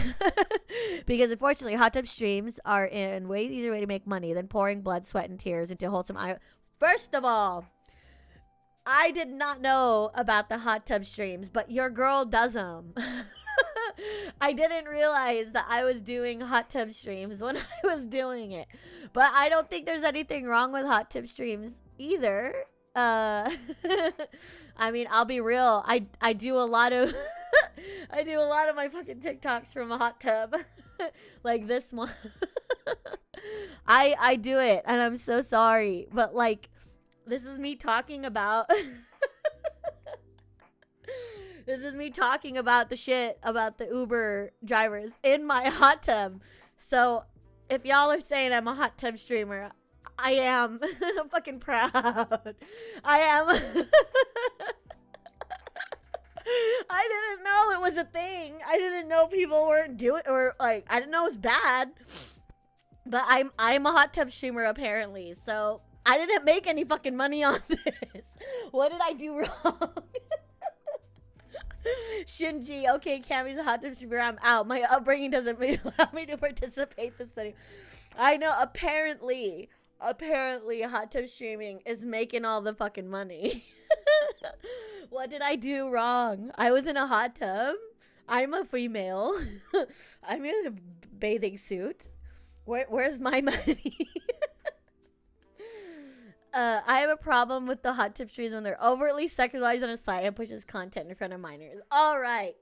That's where I'm talking about. Like, you can't just blanket these statements and saying, like, hot tub streams are bad. You know what I mean? Like, oh, I was in the hot tub. You know, like, it's not about those things. It's about the context of the content. And that's all I'm trying to say. Like, yes, I agree. We should not be rewarding people for being viral, breaking laws. Hot tub streamers do borderline softcore porn where they bend over, make suggestive noises, and wear micro bikinis. It's more than just being a hot tub. Yes, that's the point that I'm trying to make. Yeah, it was a fun period to observe from the outside. Girls playing Twitch to whack-a-mole. So it's not just about being a girl in a hot tub, right? It's about what you're doing and what you're saying. Hot tub streamers do borderline softcore porn. Yeah, I just read that. When people talk about hot tub streamers, they're not talking about just being in a hot tub. Right. No, I know, but that's my whole point. You can't just blanket it all. Like, that's why we have to be specific. That's why I'm saying, as a creator and you guys as viewers, we have to be more specific with what we're okay and not okay with. And if we just need to just support more of the people who do the real shit, let's do it. There is a lot of them, but we'll make a difference, I promise. Okay, I'm gonna kind of go through all this. So yeah, the game industry meetup was wonderful. I would love for them to do it again, but it would be better with a little bit more structure so that people actually had a chance to talk to everybody, because it really just felt like a free for all at some point, and I wasn't gonna cut my way in line to the Nintendo guy. I would have loved to have talked to him. I really had a lot of questions that I would have loved to get across about streaming on the Switch and everything like that. So, yeah, give me a second. I can't stand this anymore.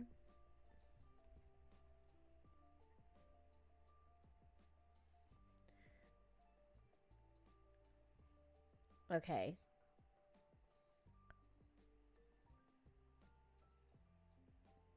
I'm changing the dark mode shit because I can't. My eyeballs won't do it anymore.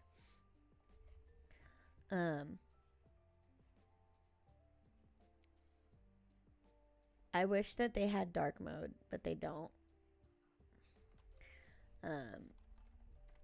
We'll just do it this way.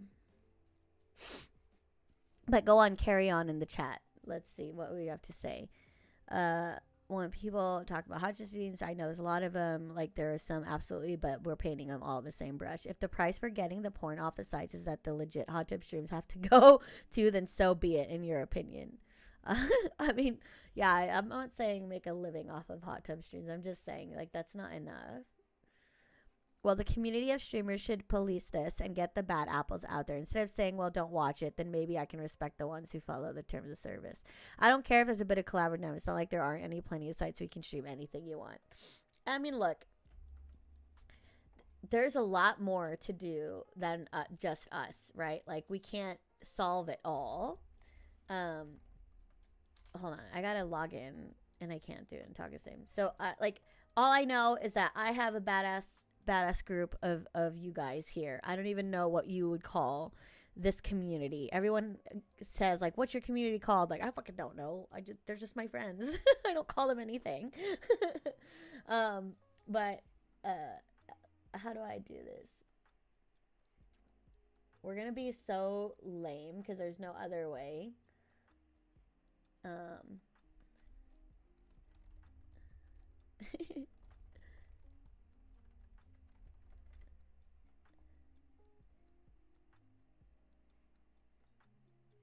Oh, I'm just kidding. I was kidding. I thought this was going to be easier, but god damn it, Replit, why'd you do this to me? What is this? Just let me just do it.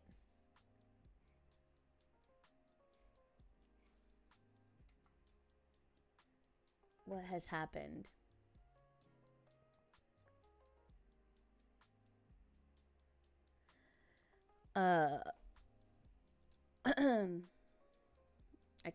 I really hate that Google has no dark mode. It's almost like, what the hell?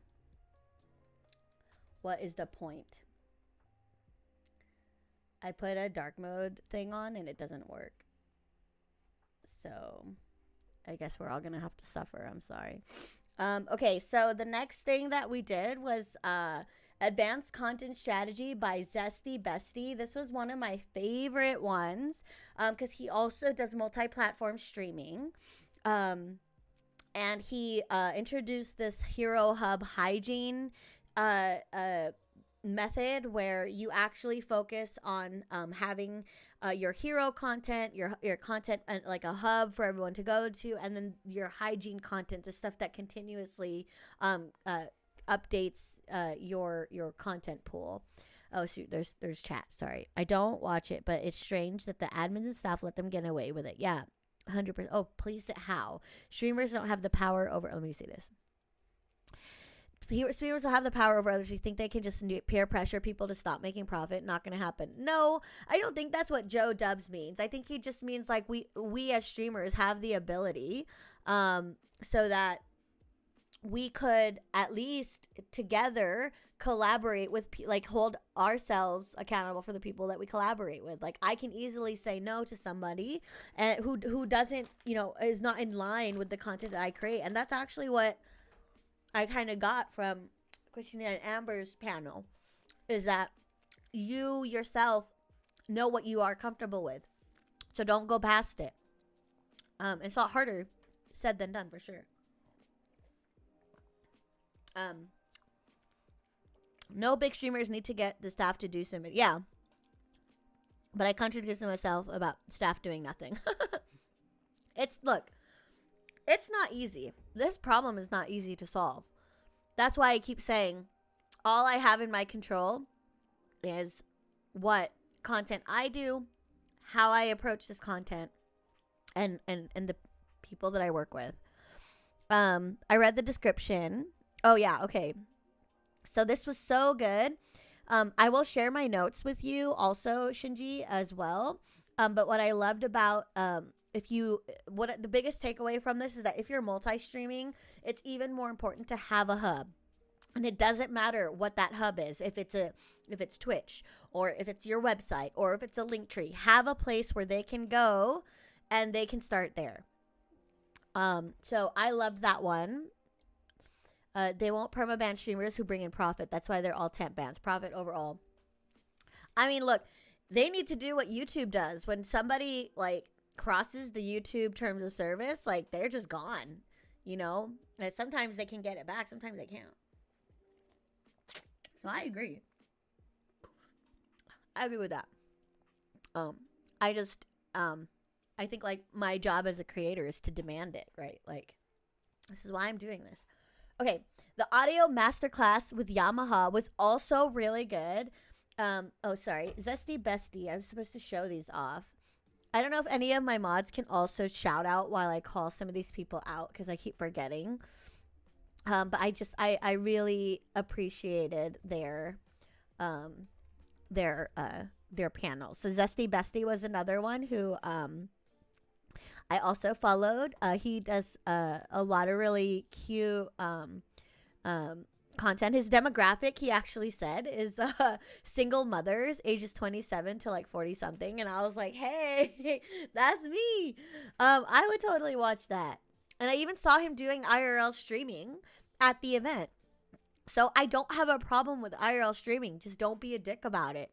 Pretty easy. And as what chat is saying, right? Like, don't allow it anymore. So I really am going to hold Twitch accountable to that. Okay, Mr. Greggles was also the one who did the audio masterclass for Yamaha. I loved this one because I am a huge video nerd. I'm very much like, if I can see it, I can manipulate it to do my bidding. Like, you can look at my layouts, look at my graphics. I'm very good visually. Audio is so hard for me because I have been working with professionals in the industry for so long that my ears are trained to listen for really awesome quality, but I don't know how to get there. So it was great to hear from the Yamaha representatives because it was just so badass the way they were able to like someone in the crowd had a question and they were so like they knew exactly what the issue was and they were able to even show it just by altering like the mic. Like they were able to explain, you know, how different positionings of the mic will get you different sound. If you're having this particular issue, you could use this filter. So it was so awesome to not only hear from masters of the craft, but Mr. Greggles, because he's a streamer, because he's a content creator, he was able to kind of translate some of those things into terms that us as online streamers would understand. I do have a picture of the Yamaha booth because that was also the other booth that I enjoyed being at. So let me go to this view here. This was a band that played some like old like millennial emo music. I didn't get their name, but it was pretty bomb. Like I was sitting there like rocking out. Yamaha's booth was the best sounding booth on the floor, I have to say. I actually had like early migraines from some of the booths where it was just so loud, the audio was so distorted, but I loved chilling at the Yamaha booth. I even got to hoop a little bit on the side out of the way completely, but it was great to see them there. I did talk about this a little bit with Shinji, how unfortunate it was that they didn't have any products geared specifically for streamers and content creators. They really excel in the live event space, musician space. So, of course, if you're a musician and you stream on Twitch, this is awesome. It was awesome for them to be there. But I also would argue that I love to hula hoop. And if I could find a way to stream that where I can hear the music like better and also it works on stream, like that's a product that will do well. I saw they have a mixer now. I wonder why it wasn't there. Maybe it was, I just didn't see it. Oh, so I was too distracted by what was on stage. I didn't get to see their products. I feel like this is where if I had had more time in between the panels, I would have been able to enjoy the floor more. But I was literally running back and forth to try to do all the creator camp stuff. So it was, it was really, it was really hard to get to all of those. But if they do have a mixer, if someone can send me the link, I would love to do that.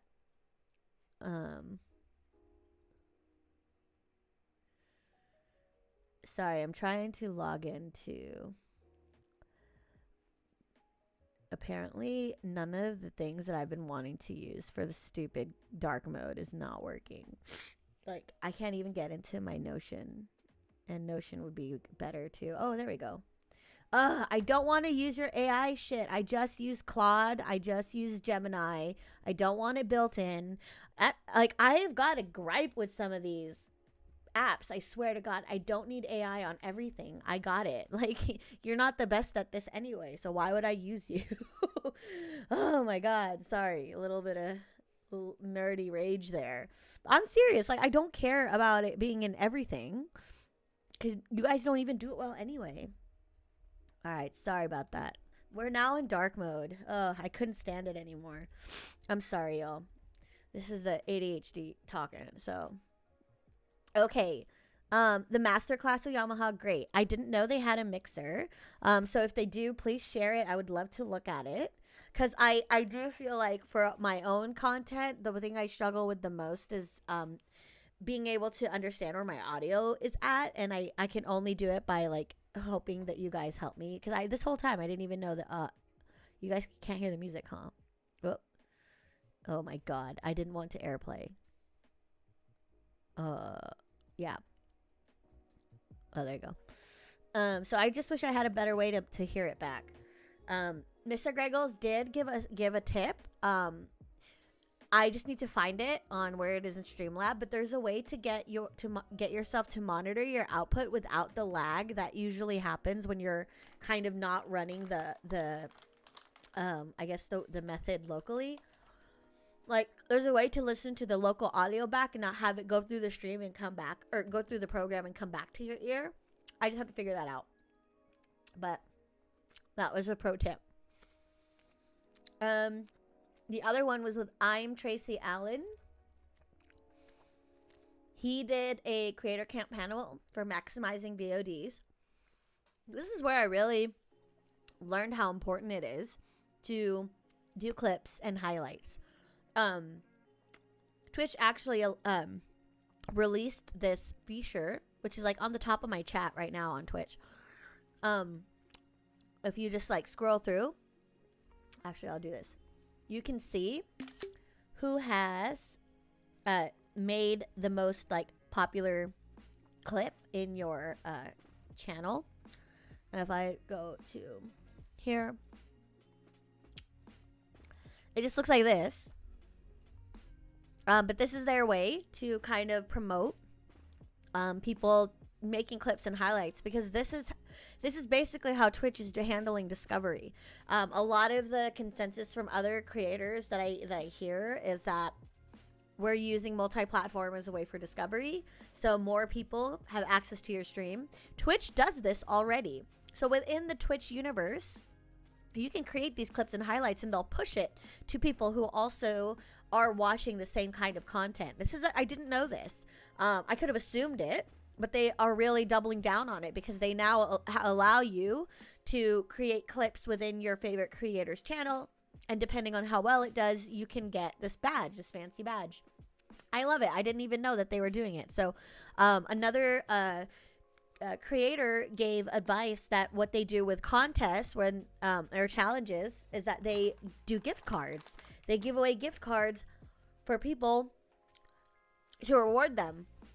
And I'm sitting here thinking like, oh, I'll mail them something. Like, what the fuck? I can just give them gift cards. That's so much easier.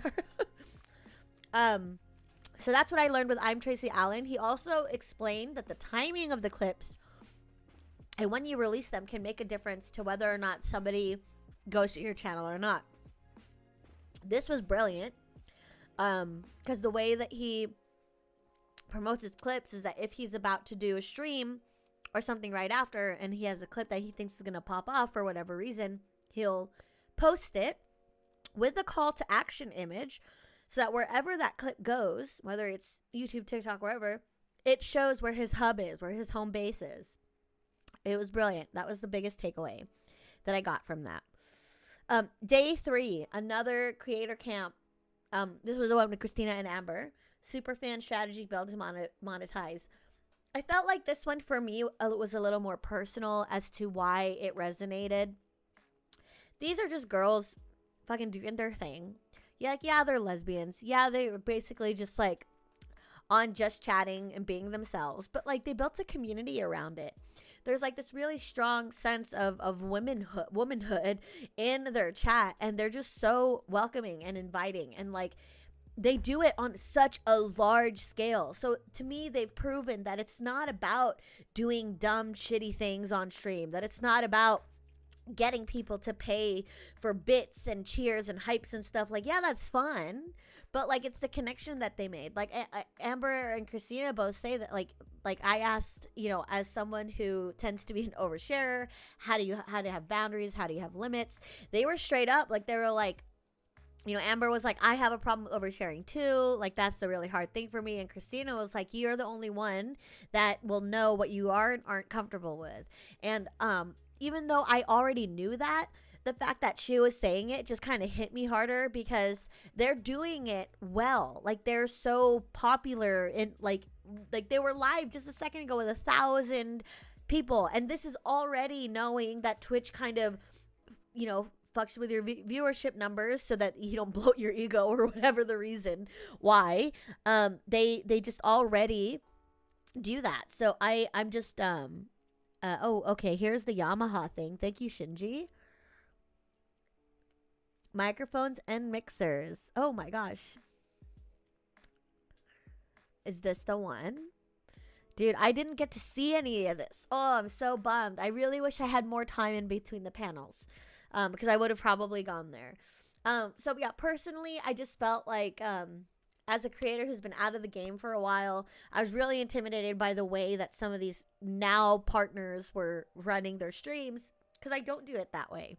I don't do subathons, megathons. I don't even stream like regularly at the same time. Like, I kind of just do my own thing, and the people that show up for that, like, that's who I do it for. You know, I would love to say that I am making a lot of money on Twitch, but I'm not. And that's not really kind of what I'm doing this for. I'm just doing this because I feel kind of, I don't know. I feel like I have a calling, to do this. Oh, awesome. Thank you so much. I don't know. Shout outs to Kim. I already talked about you earlier, but Kim let me stay with her for this, so thank you so much. Hello, Raiders. I'm actually doing my TwitchCon recap. So we've been going at this for almost 2 hours now. So I talked about a lot of things, but mostly I talked about all the stuff I learned from the creator camp. I have already made this disclaimer. Thank you for the follow, Luigi. What a fucking name, dude. What a name. I am good. I'm just trying to wrap up the stream, but I am also so tired. I literally slept for like 24 hours just catching up on everything. So I'm doing good. I'm trying to wrap up all the things, all the TwitchCon things. But I gave you a shout out earlier because you let me stay at your place with you, and I was trying to show the view to everybody, but I couldn't get the damn video to play. God, thank you. Oh, God. That's why. There was an audio on it, and I didn't want to get in trouble for it. So we'll figure out how to do that in the future. So yeah, no. So Chrissy and Amber just kind of validated. I pretty much, I think I slept for 20 hours. Because I had not slept for for 2 weeks. I would only get collectively like 5 hours a night. So I was really stressed out about this event. I also had an interview this morning that I needed to prepare for. And I'm also studying for a certification for work for my PMI Agile Cloud Practitioner cert. I've been working on that for a while. So like yesterday, I didn't even have any energy to like, I literally woke up and I was going to tweet that like I couldn't be online, and I just like passed out again. Like I was really catching up on sleep. I think I slept for 20 hours. I'm pretty sure, because I went to bed at 1, woke up at 6, realized I had no energy to stream, went back to bed, and didn't wake up till like 11 the next day, 11 in the morning. And then I had my interview at 1. So I slept a long ass time. And I know everybody in chat's going to be so proud of me, because I usually just don't sleep when I get stressed out like this and I have to lock in. But I knew it was important for me to sleep. not only for my interview, but so I had the energy to do this stream. So anyways, the Christina and Amber panel was so rewarding for me because I know that I have a loyal fan base. Like, they use the term fan base a lot. I don't know what I would call you guys, but you're not my fans. You guys are my friends. Like, a lot of you guys have been here for like 10 plus years. You've been watching me make content on all different platforms over the decade. So I love I love that they have the same kind of loyalty in their fans, and they haven't even been doing it that long. There's people who, like, if they don't show up in chat, like, they get worried, like, hey, where's this girl at? She hasn't been here around. Like, that's how I feel with you guys. Like, if I know that someone's been sick and I know that you guys haven't, like, checked in a while, like, I will reach out to you, you know? And for me, that was very comforting to know that that's what they do too. Hi, yes, hello, Thriller. Thank you so much for hanging out. Welcome. I'm glad you joined in the raid. They're also live during this time, so I never get to hang out in their chat, but their chat's been super sweet to me too. The next panel that I went to was the Creators Camp Fast French Twitch Partners. This was dope. I got to meet so many awesome people, and I wish I had like all their names written down because I do want to go through them, but maybe on next week's panel, because I want to get some of these guys on to collab. There's one guy, his name is Psycho sorry, I don't know it. Like, my mods are probably waiting. Psyculturist. Psyculture. I can't. Sorry. Here, mods, I'm so sorry. I'm making this harder for you. Psyculturist. He's amazing. He uses his own psychology degree and profession to integrate it into his stream so he can talk about mental health and gaming and in the space. And I don't know if he's live right now, but he did say that he probably couldn't make it to this well, where are my notes? He couldn't make it to this episode, which is fine. But I do want to bring him on at some point. Oh shit, where are my notes?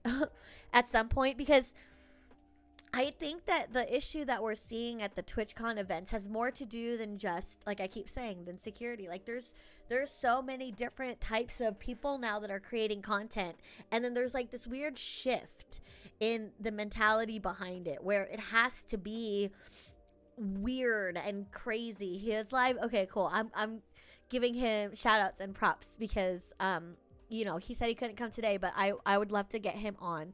There were other content creators that I thought were really great. Some were just D&D content creators, some did just chatting and IRL stuff. And so I loved getting to do this fast friends thing.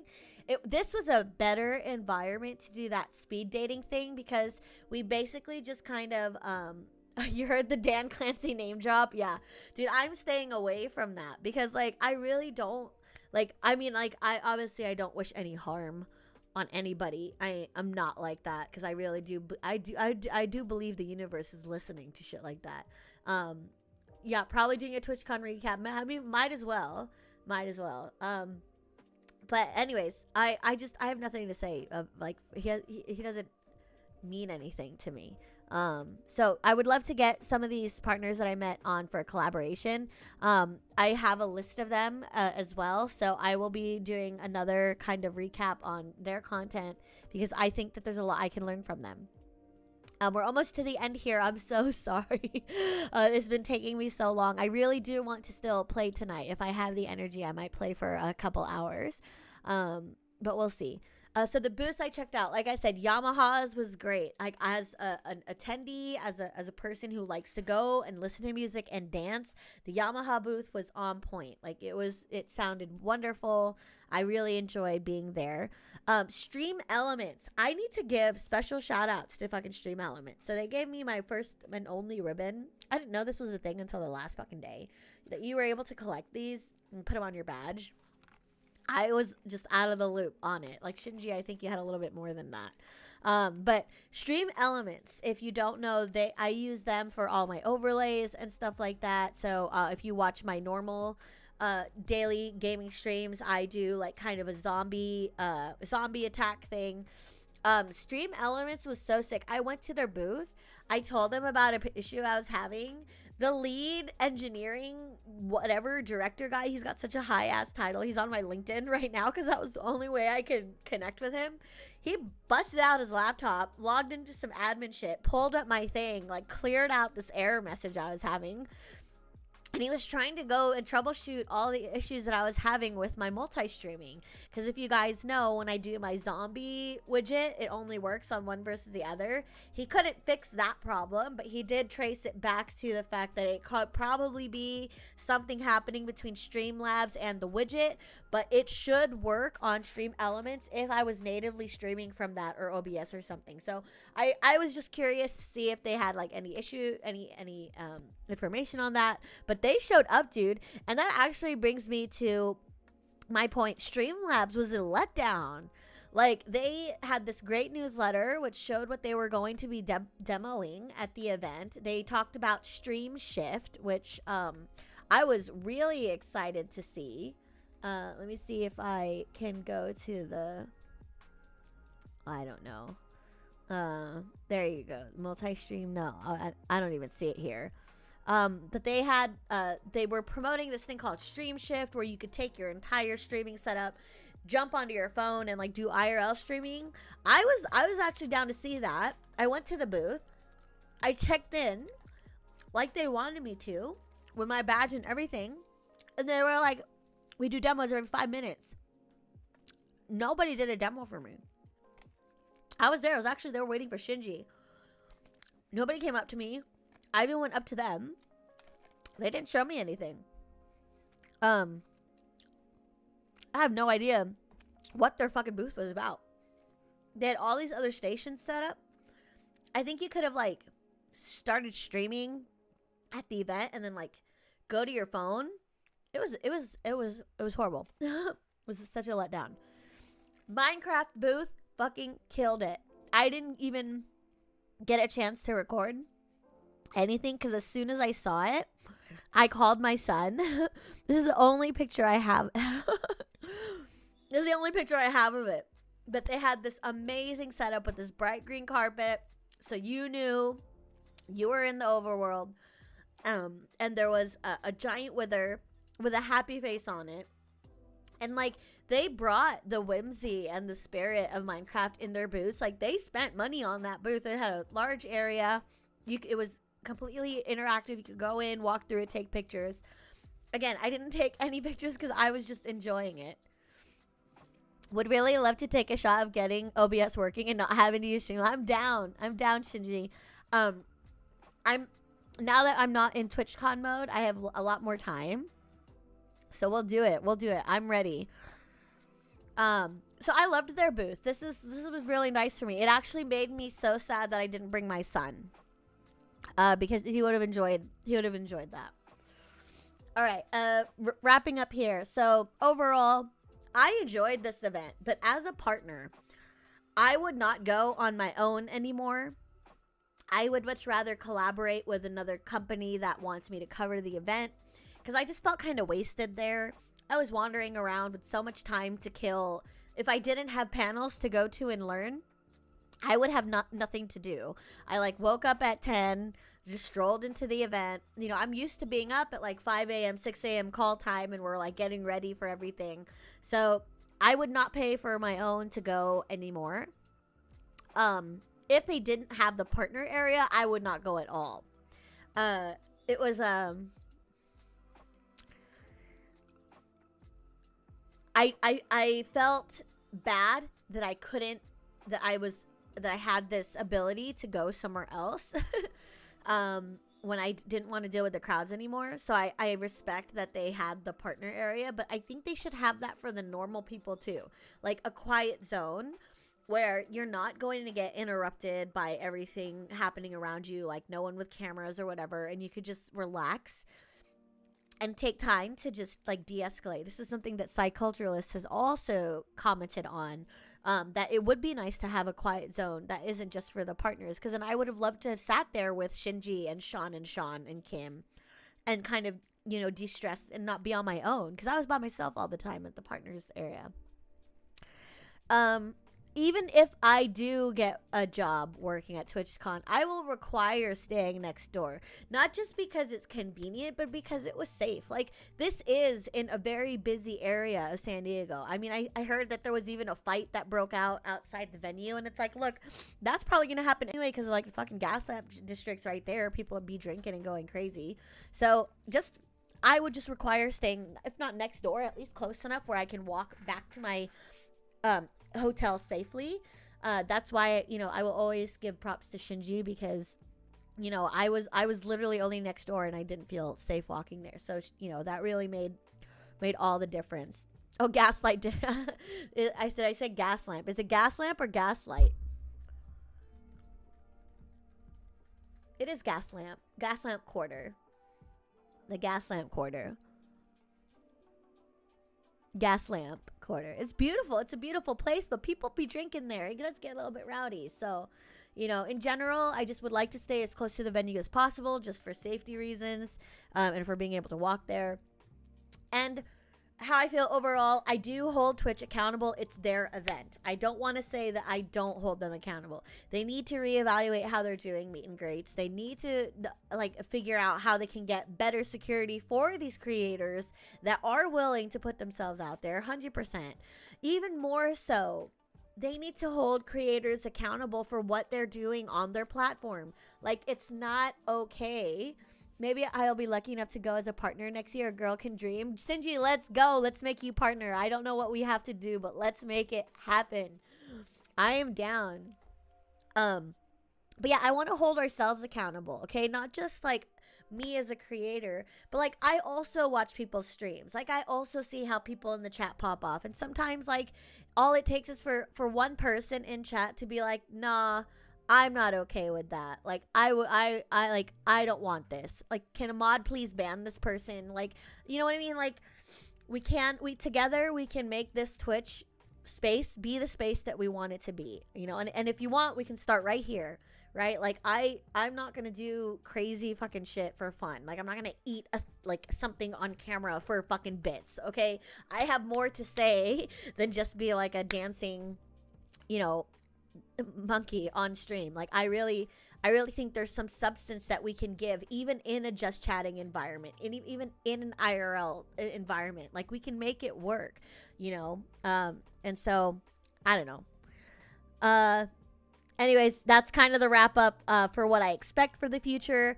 I really hope that they do address the meet and greet situation. Again, I don't want to comment too much about that because I know that she's actively pursuing charges against this person, so I really hope they figure out what they need to so that they can press charges and that she's safe from this individual. But also like to always be looking out for each other. Like I watched the video, you know, and like he had to jump over so many ropes and people were around, and it's like someone could have been like, yo, heads up, like what's happening? Like if you see it, say it, you know? If you see it, say it. Like we're the only people that can look out for each other at the end of the day, you know? Like even when I'm out and about and I'm shopping at the grocery store and I see a mother with two small children loading their groceries, like I'm gonna sit in the parking lot for just a little bit longer and watch them and make sure they get in the car okay. Why? Because I already know the world is shitty out there. I'm a mom. I'm the oldest of 8 siblings. I know what it's like to always be worried about a kid running into the street or whatever, getting kidnapped. We can do that for each other. Okay? We can't always leave it up to security. We can't always leave it up to Twitch, a corporation who at the end of the day cares about money, right? Like I am so thankful that I had people that were looking out for me when I was there, like Shinji, who showed up even though it was completely on the fucking other side of I'm gonna show this picture now. This is Shinji behind me with the big red shirt. This is the guy who came to walk me from the partner's lounge to my hotel when I felt unsafe. And the other two guys next to me, Sean and Sean, these are the guys that let me hang out in the room with my bags until my Uber came late that night because I had nowhere else to go. I was just going to hang out in the lobby. So there are people out there who are good people at Twitch. I don't think we need to shut down TwitchCon. I don't think we need to just give up on the platform that brought us all together over the years, right? Like, I really do believe that we can do something about it. And so that's why I'm saying, like, we can hold each other to a higher standard as creators for who we engage with and what we allow, like what we tolerate on our streams, right? Like, I know that it's not all bad out there because you guys wouldn't be here. I mean, I'm going to say if they require Emery to do meet and greet as part of her contract to be a part of any other events in their convention, then they should do a private, reliable security or let her bring her own. This is the whole thing. For me, I would even say I wouldn't even do no meet and greets. I would be done with meet and greets forever. Why? Because I can just do that. Like I can just hold my own meet and greet, right? Like, or like, yeah, bring her own. I feel like there was even drama. She had to do other events. See, this is what I, if she were my sister or if she were my daughter, I would tell her it's not worth it. It is not worth it to do events and stuff. Like, companies would understand if you were like, hey, I need to revise my contract. There was an incident that happened. I do not feel safe. It's not worth it, girl. Like, I love that you want to connect with your community, but like, even as a community member, I would hate, like, you know what I mean? She's not doing TwitchCon anymore. Good. As a mom, I wouldn't want you to do meet and greets anymore. Not unless it was completely on your own terms, your own security, your own venue, whatever it is. Like, girl, you need to protect you. You know, that's all I'm going to say. I'm just so mama bird about it.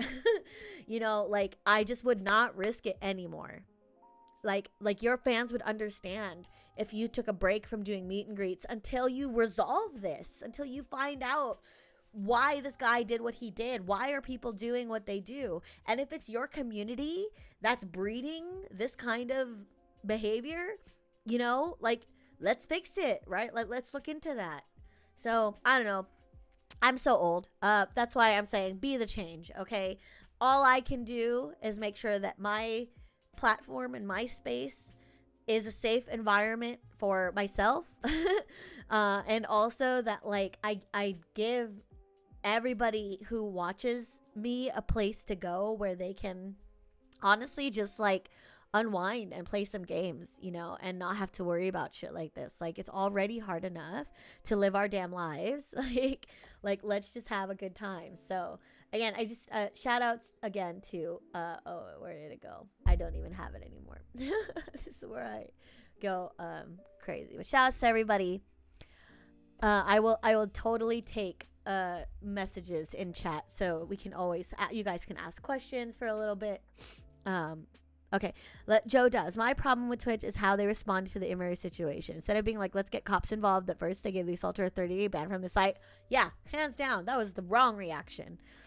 Emery's team had to put pressure on the guy to permanently ban from the site and con. Yeah, should have been a no-brainer.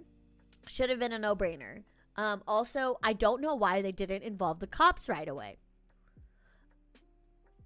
I mean, like, bad PR or not, like, I had this issue with my son when he went to his first preschool. We knew he was going to cry. We told his teacher, like, look, he is on the spectrum. He has separation anxiety. This is hard for him. We will be waiting outside. If he cries, you call us and we'll calm him down. They didn't call us. They were like, oh, your son's fine. He's not crying. You go ahead. They fucking lied to us. We found out days later that my son was crying because he would say, I was looking for you. I was looking for you. We pieced it together without the help of these adults. And for me, TwitchCon, they're the adults in this situation. I trusted you with my safety as a creator, and you're going to not call the cops when someone literally puts their hands on me? Why was the first action not call the cops? If this was your kid, you would call the fucking cops. So 100%, that should have been the first thing. After the situation, I know you don't care for Dan Clancy, but he was partying with a Roblox gold chain. Like, why wear that chain when they're having secret? Like, look, see, that's why I don't care about that man. I'm sorry, but like, how are you wearing a Roblox chain? Like, I can't. That was another thing. What do you think about other conventions like PAX or Tokyo Game Show? Okay, again, so this is the first convention I've been to that I did not work. When I went to PAX the one time I did, I went with a staff badge, okay? So I have not attended conventions as a civilian up until TwitchCon. But I will say, this happens everywhere, okay? It's just so happens that it's happening at Twitch, where a lot of people have the ability to comment on it, okay? There's a ton of other streamers and creators out there. When you go to a PAX or Tokyo Game Show, those guys don't have a that's not a Twitch platform. Those are other people attending. So that's why we're hearing it a lot louder now, because it's happening on Twitch, where everybody can chat about it. Everybody can go on stream about it. So I love going to conventions. I actually think that TwitchCon was fine. As on a convention level, it was fine. They caught my weapon. They caught my weapon that I accidentally like left in my bag, because I travel with a knife, like a little knife, a flip, like I don't even know what you would call it. I have it in my bag right now. It's a lethal weapon. I probably can't show it on stream, but I'll show you the size of it, just because it was small enough I just forgot it in my bag. I just forgot it. It was literally not something I was trying to bring in the event. I just forgot that I had it clipped on there, because I always travel with it, and security stopped me. When I was in the partners lounge, they scanned my shit every time. People around the perimeter were always there, even when the sun was baking on them. No one went inside to take a break. So I thought the convention was fine. The issue that I had at the convention were actually the people there that were not behaving how I thought that normal people would be. Oh my God, rage on the internet. Thank you so much for your raid. Hello raiders. Happy Friday. We are just debriefing TwitchCon. I already went through like my 9-page document here, where I like literally break everything down. So my throat is shot. I am raid message still in progress. Let's go, raiders. I wish I don't have my setup to like do fun stuff when I get raids, but hello, welcome. I am just a nerdy mom that streams cozy video games, but I treat them like hardcore strategy games. Today is a Friday, so I do my weekly chat show. I have been talking about TwitchCon from a creator's perspective, so I really only focused on what I learned at the creator panels, which was amazing. This is my favorite raid message. Yeah, I know, raid is so good. Raid. It's very Daria. I'm dating myself if you don't know who Daria is, but I read that in her voice. Raid. So it's getting a little hot, so I definitely I'm probably going to wrap up soon, but I did want to start just chat a little bit more with everybody, because I just kind of went through my list, but basically to summarize, like, I had a good time at the event. The last question I got was, what do you think about conventions like PAX and Tokyo Game Show? Literally, it's on par. It was the same. I accidentally tried to bring my travel knife in, and they caught me. Like, it was buried in my backpack. They dug in there. So I don't think that like everyone was a complete fail. Okay, I was looking into my Steam list. I think you would like Chef RPG. Oh, let's go take a look at that. What is Chef RPG? Is it available on Mac? Because that is my issue right now. Oh, it is available on. Oh, I already have this on my wish list. Girl, we're already here. Yes, we'll add it to the list, Joe Dubs. Yeah, I normally play like cozy games. Right now I'm playing a game called Kitchen Sink Aloha, but tonight was my chat show, so I really had to this is the game that I usually play. And I've had a real fun time here. But okay, I'm gonna keep reading stuff from the chat, because I did kind of barrel through my list without taking too much time from everybody. So what is so hard to see for me is that there is a big disconnect between parts of Twitch as an organization. There are people who show that they really care, take feedback, and are there to generally make streaming better and help streamers. On the other side is the security problem, rule enforcement, inconsistency. See how they're reacting to serious things. These are separate parts of the org, and the good part, it gets flamed too as collateral. Thank you, Shinji. Thank you. So this is why in my recap, I didn't want to focus on Twitch failed because they didn't, okay? Like, yes, the incident with Emeru sucked. They really need to address their meet and greet. They need to really have a better standard on what they're allowing on the platform, because as a content creator, like, you don't see me running around on all fours with a fucking animal mask, like blocking people. Like, that's what I saw. I was literally right there, like, trying not to trip over these people. So yes, like, you're right. There's Twitch as an organization, and they're the ones that have to fucking figure it out. They're the ones who really care, and the ones that I know that if I met them on the floor, they would also be disheartened at what's happening. But at the same time, like, the power really does come from us as the creators and you guys as the viewers. Without us, there is no Twitch, okay? Unfortunately, that's what happens when big corporations take over. It's not about the bottom line. Will be tone deaf about community stuff. And that's what I'm trying to say. Like, as much as I want to believe, thank you, Silly Rose, for the follow. As much as I want to believe that it's enough to just tweet about it, okay? And it's enough to just sit there and say, like, oh, I wish the old Twitch was back. Like, it's not enough. We have to do more than that. Like, you guys, without you, we are not successful. And I say the collective we as creators. You have the choice to watch things that make you happy and to spend money on things that make you happy. We're up against some really crazy creators right now because they're allowing these things onto the platform. And it isn't fair that people who I've been talking for fucking 2 hours and I have not made a cent from my stream, but I know that I'm actually making a difference. And like, I understand that I'm not going to get as many as a hot tub streamer, even though I would consider myself as one. I'm just kidding. The one time that I made a video from my hot tub. The greatest thing Twitch has done in the past 5 years is allow multi-streaming. And that's where I really, really want to kind of hit the nail home. It's not just Twitch that's here, right? There's YouTube, there's Kick, there's TikTok. There's so many other ways to get your content out there. So Twitch is actually just kind of pushing out the people that really care. And so, yes, I would love to give Twitch and Dan Clancy all this fucking power in my mind. Like, if I just complain to them, they're gonna fix it. But I know they won't, and I don't fucking care, right? At the end of the day, I know who's gonna be here for me. If I take everybody off of Twitch and I go to TikTok or go Kick or wherever else, I will go. I will go to where the platform makes sense for me. So, I don't know. To wrap up the whole CAMI Chat show, I said I was gonna try to keep this succinct, and we're only at 2 hours. Last time we were at 4 hours, and that shit was way too damn long. At the end of the day, I thought TwitchCon was great. Like, as an event, it was fine for me.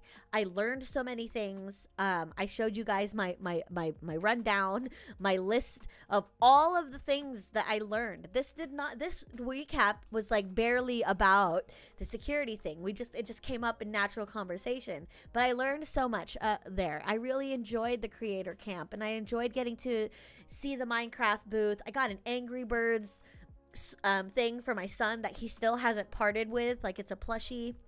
He has been holding that thing all night since I got it. So I had a great time at the event. I expect more from the platform overall. I really hope that they try to make some changes so that there's just a better caliber of streamer that's on here. And I'm not saying all just chatting and IRL streamers are shitty. I'm not, because Christina and Amber are just chatting and IRL streamers, and they had the most valuable feedback to give to me personally from someone who is I'm just a girl standing in front of a screen asking you guys to like me. You know, and at the end of the day, that's all it'll ever be. And so I want to believe that we have the power to change this ourselves. Like, I don't want to rely on a corporation or a CEO. Like, I feel like we're all stronger than that. And if you guys don't know, if you guys have never seen Hackers, you know, like, this is what it's got to be. Like, it's got to be us. I know. I am such a dork. I fucking hacked the planet, babe. All right. That is it. I had such a good time. I want to open up the phone lines, but I don't know if anyone wants to hop on. But if there is, let me know. Otherwise, we're gonna start wrapping up soon. But I did say that people could call in. I probably will do a better call-in setup next time if nobody wants to jump in either. That's okay. I am, like, my throat is really scratchy. And I don't know if I'm going to be able to stream tonight. I was going to play a game, but I went too damn long. But I have more pictures. Let's do some pictures. Let's do some pictures while we wait. If anybody wants to do the call-in, you can do the call-in. I love talking to you guys too. Oh, so here again, this is Shinji. So Shinji, again, I will shout him out again if you guys are new to like the show or the episode. I had a weirdo say something weird to me in one of the panels, literally kind of like asked me out to dinner in the middle of a panel, like hadn't said anything to me before that. Yes, Daxter too. So shout outs to Shinji and Daxter and Daxter's friend Sean. I call them Sean squared because they're both Sean's, the guys next to me. Shinji walked me from the creator camp panel all the way, the creator camp partners lounge. Sorry, the partners lounge from my creator camp all the way to my hotel after the guy was being weird to me. And Daxter let me hang out in their room while I was waiting for my Uber that didn't show up till midnight. So thank you so much for you guys. And I'm just gonna wrap up the stream here. I thought you drew a circle by your feet, but that's the hula hoop. No, I had that hula hoop the whole time. So I really enjoyed getting to. Oh, here was the view. I guess this is just a view of the boat because I didn't do a panoramic shot. And that was the view from the partners lounge. I really should have taken more pictures, but I put it away. Oh, this is the view. This is the view from the Kappa Cabana. It was beautiful. I'm so sad. Yeah, if you have anything, send it to me because I didn't want to take anything. I put my phone away. I wanted to focus on the moment. Okay, well, we can do it in the next episode. We'll do it in the next episode because I really just wanted to do my recap. Okay, you sent it? Okay, great, because I don't have any nice. Oh, damn, this was a great one. Holy shit, you got the whole thing. I don't even know if my shot will put this in, but let's try. Let me see. I don't know where it went. Okay, here you go. This is beautiful panel. Yeah, next week I'll do a more open call-in type thing.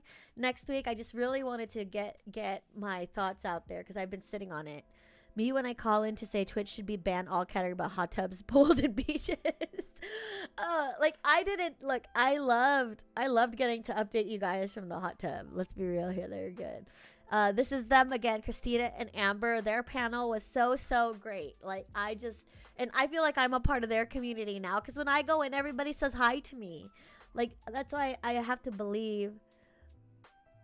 Oh, okay, here. Oh, okay. This was the one screenshot that I wanted to share about the Hero Hub hygiene panel. So if it's like a trifecta, but as a multi-streamer, it's good to have really strong areas in all this. So your hero is this 5-second look, the board likes the hygiene. This is the 1-second look. So you have to have a lot of content that catches people's engagement within the first second. So that's interesting. Then there's also the 5-second look. So it goes to the left. I don't know why. Where in 5 seconds you can actually get more of the people who are curious about you. And then you also have the interested, which is that they care more about the longer form content, which they put 30 seconds. I have we're on 2 hours and 20 minutes now. So I have a lot of people who are interested in that part. But when it comes to discovery, you have to be able to capture the first two, the bored and the curious, really quickly. So this is just another example of why the creator camp stuff was so on point. Are we having a debate session on stream next week? We can. If you guys want to, I will. At least we should not have ads anymore. Ads on Twitch. Yeah, I would love for there to not be ads, because I don't even really make any money off of it, honestly. If I could turn off ads. Oh, that was me trying to set up my hoop shot. This is me getting a picture of just me there. This is where I was sitting at the partners lounge. I think I literally took this fucking picture when that weird guy sat next to me, like at this point. So this was when I realized like I couldn't cosplay on my own. And this is I was taking a video of me walking with my hula hoop, because that's literally all I did. Was I was either at the panels or I was hooping.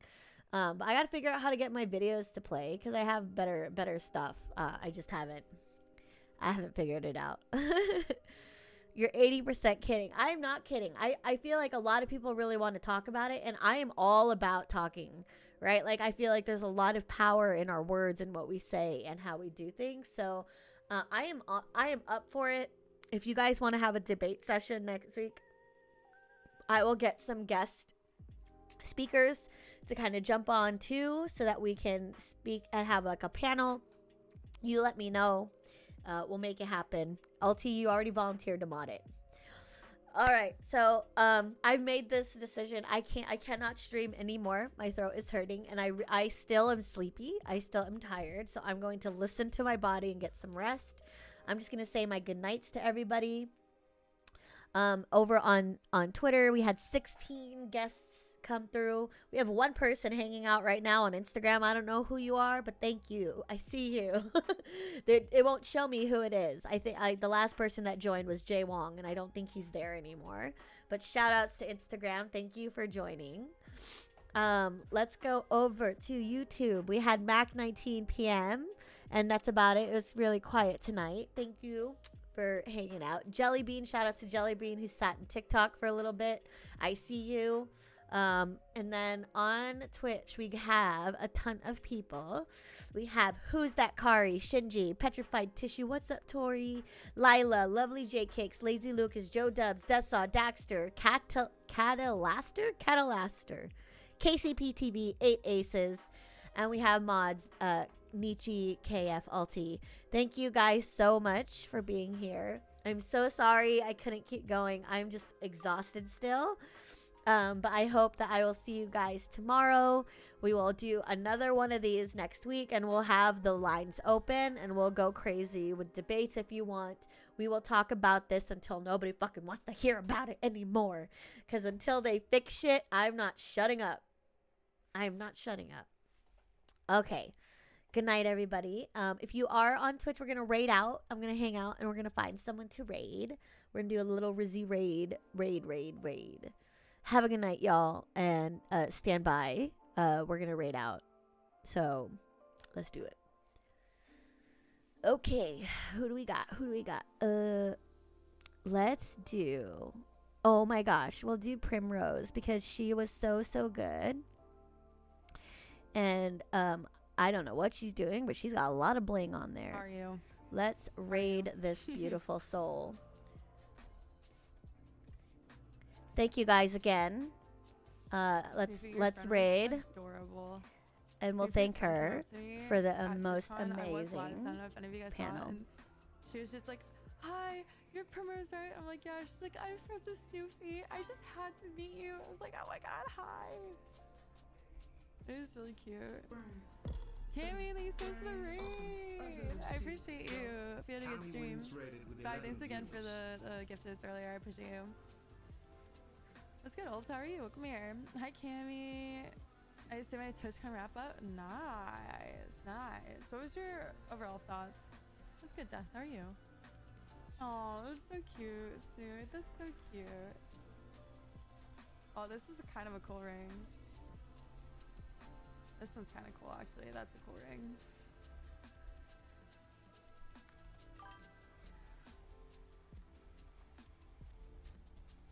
I gushed about you at the creator panel. As a partner, I got so much out of it, but for everything else, I think I have to do part 2 of the stream. That makes sense.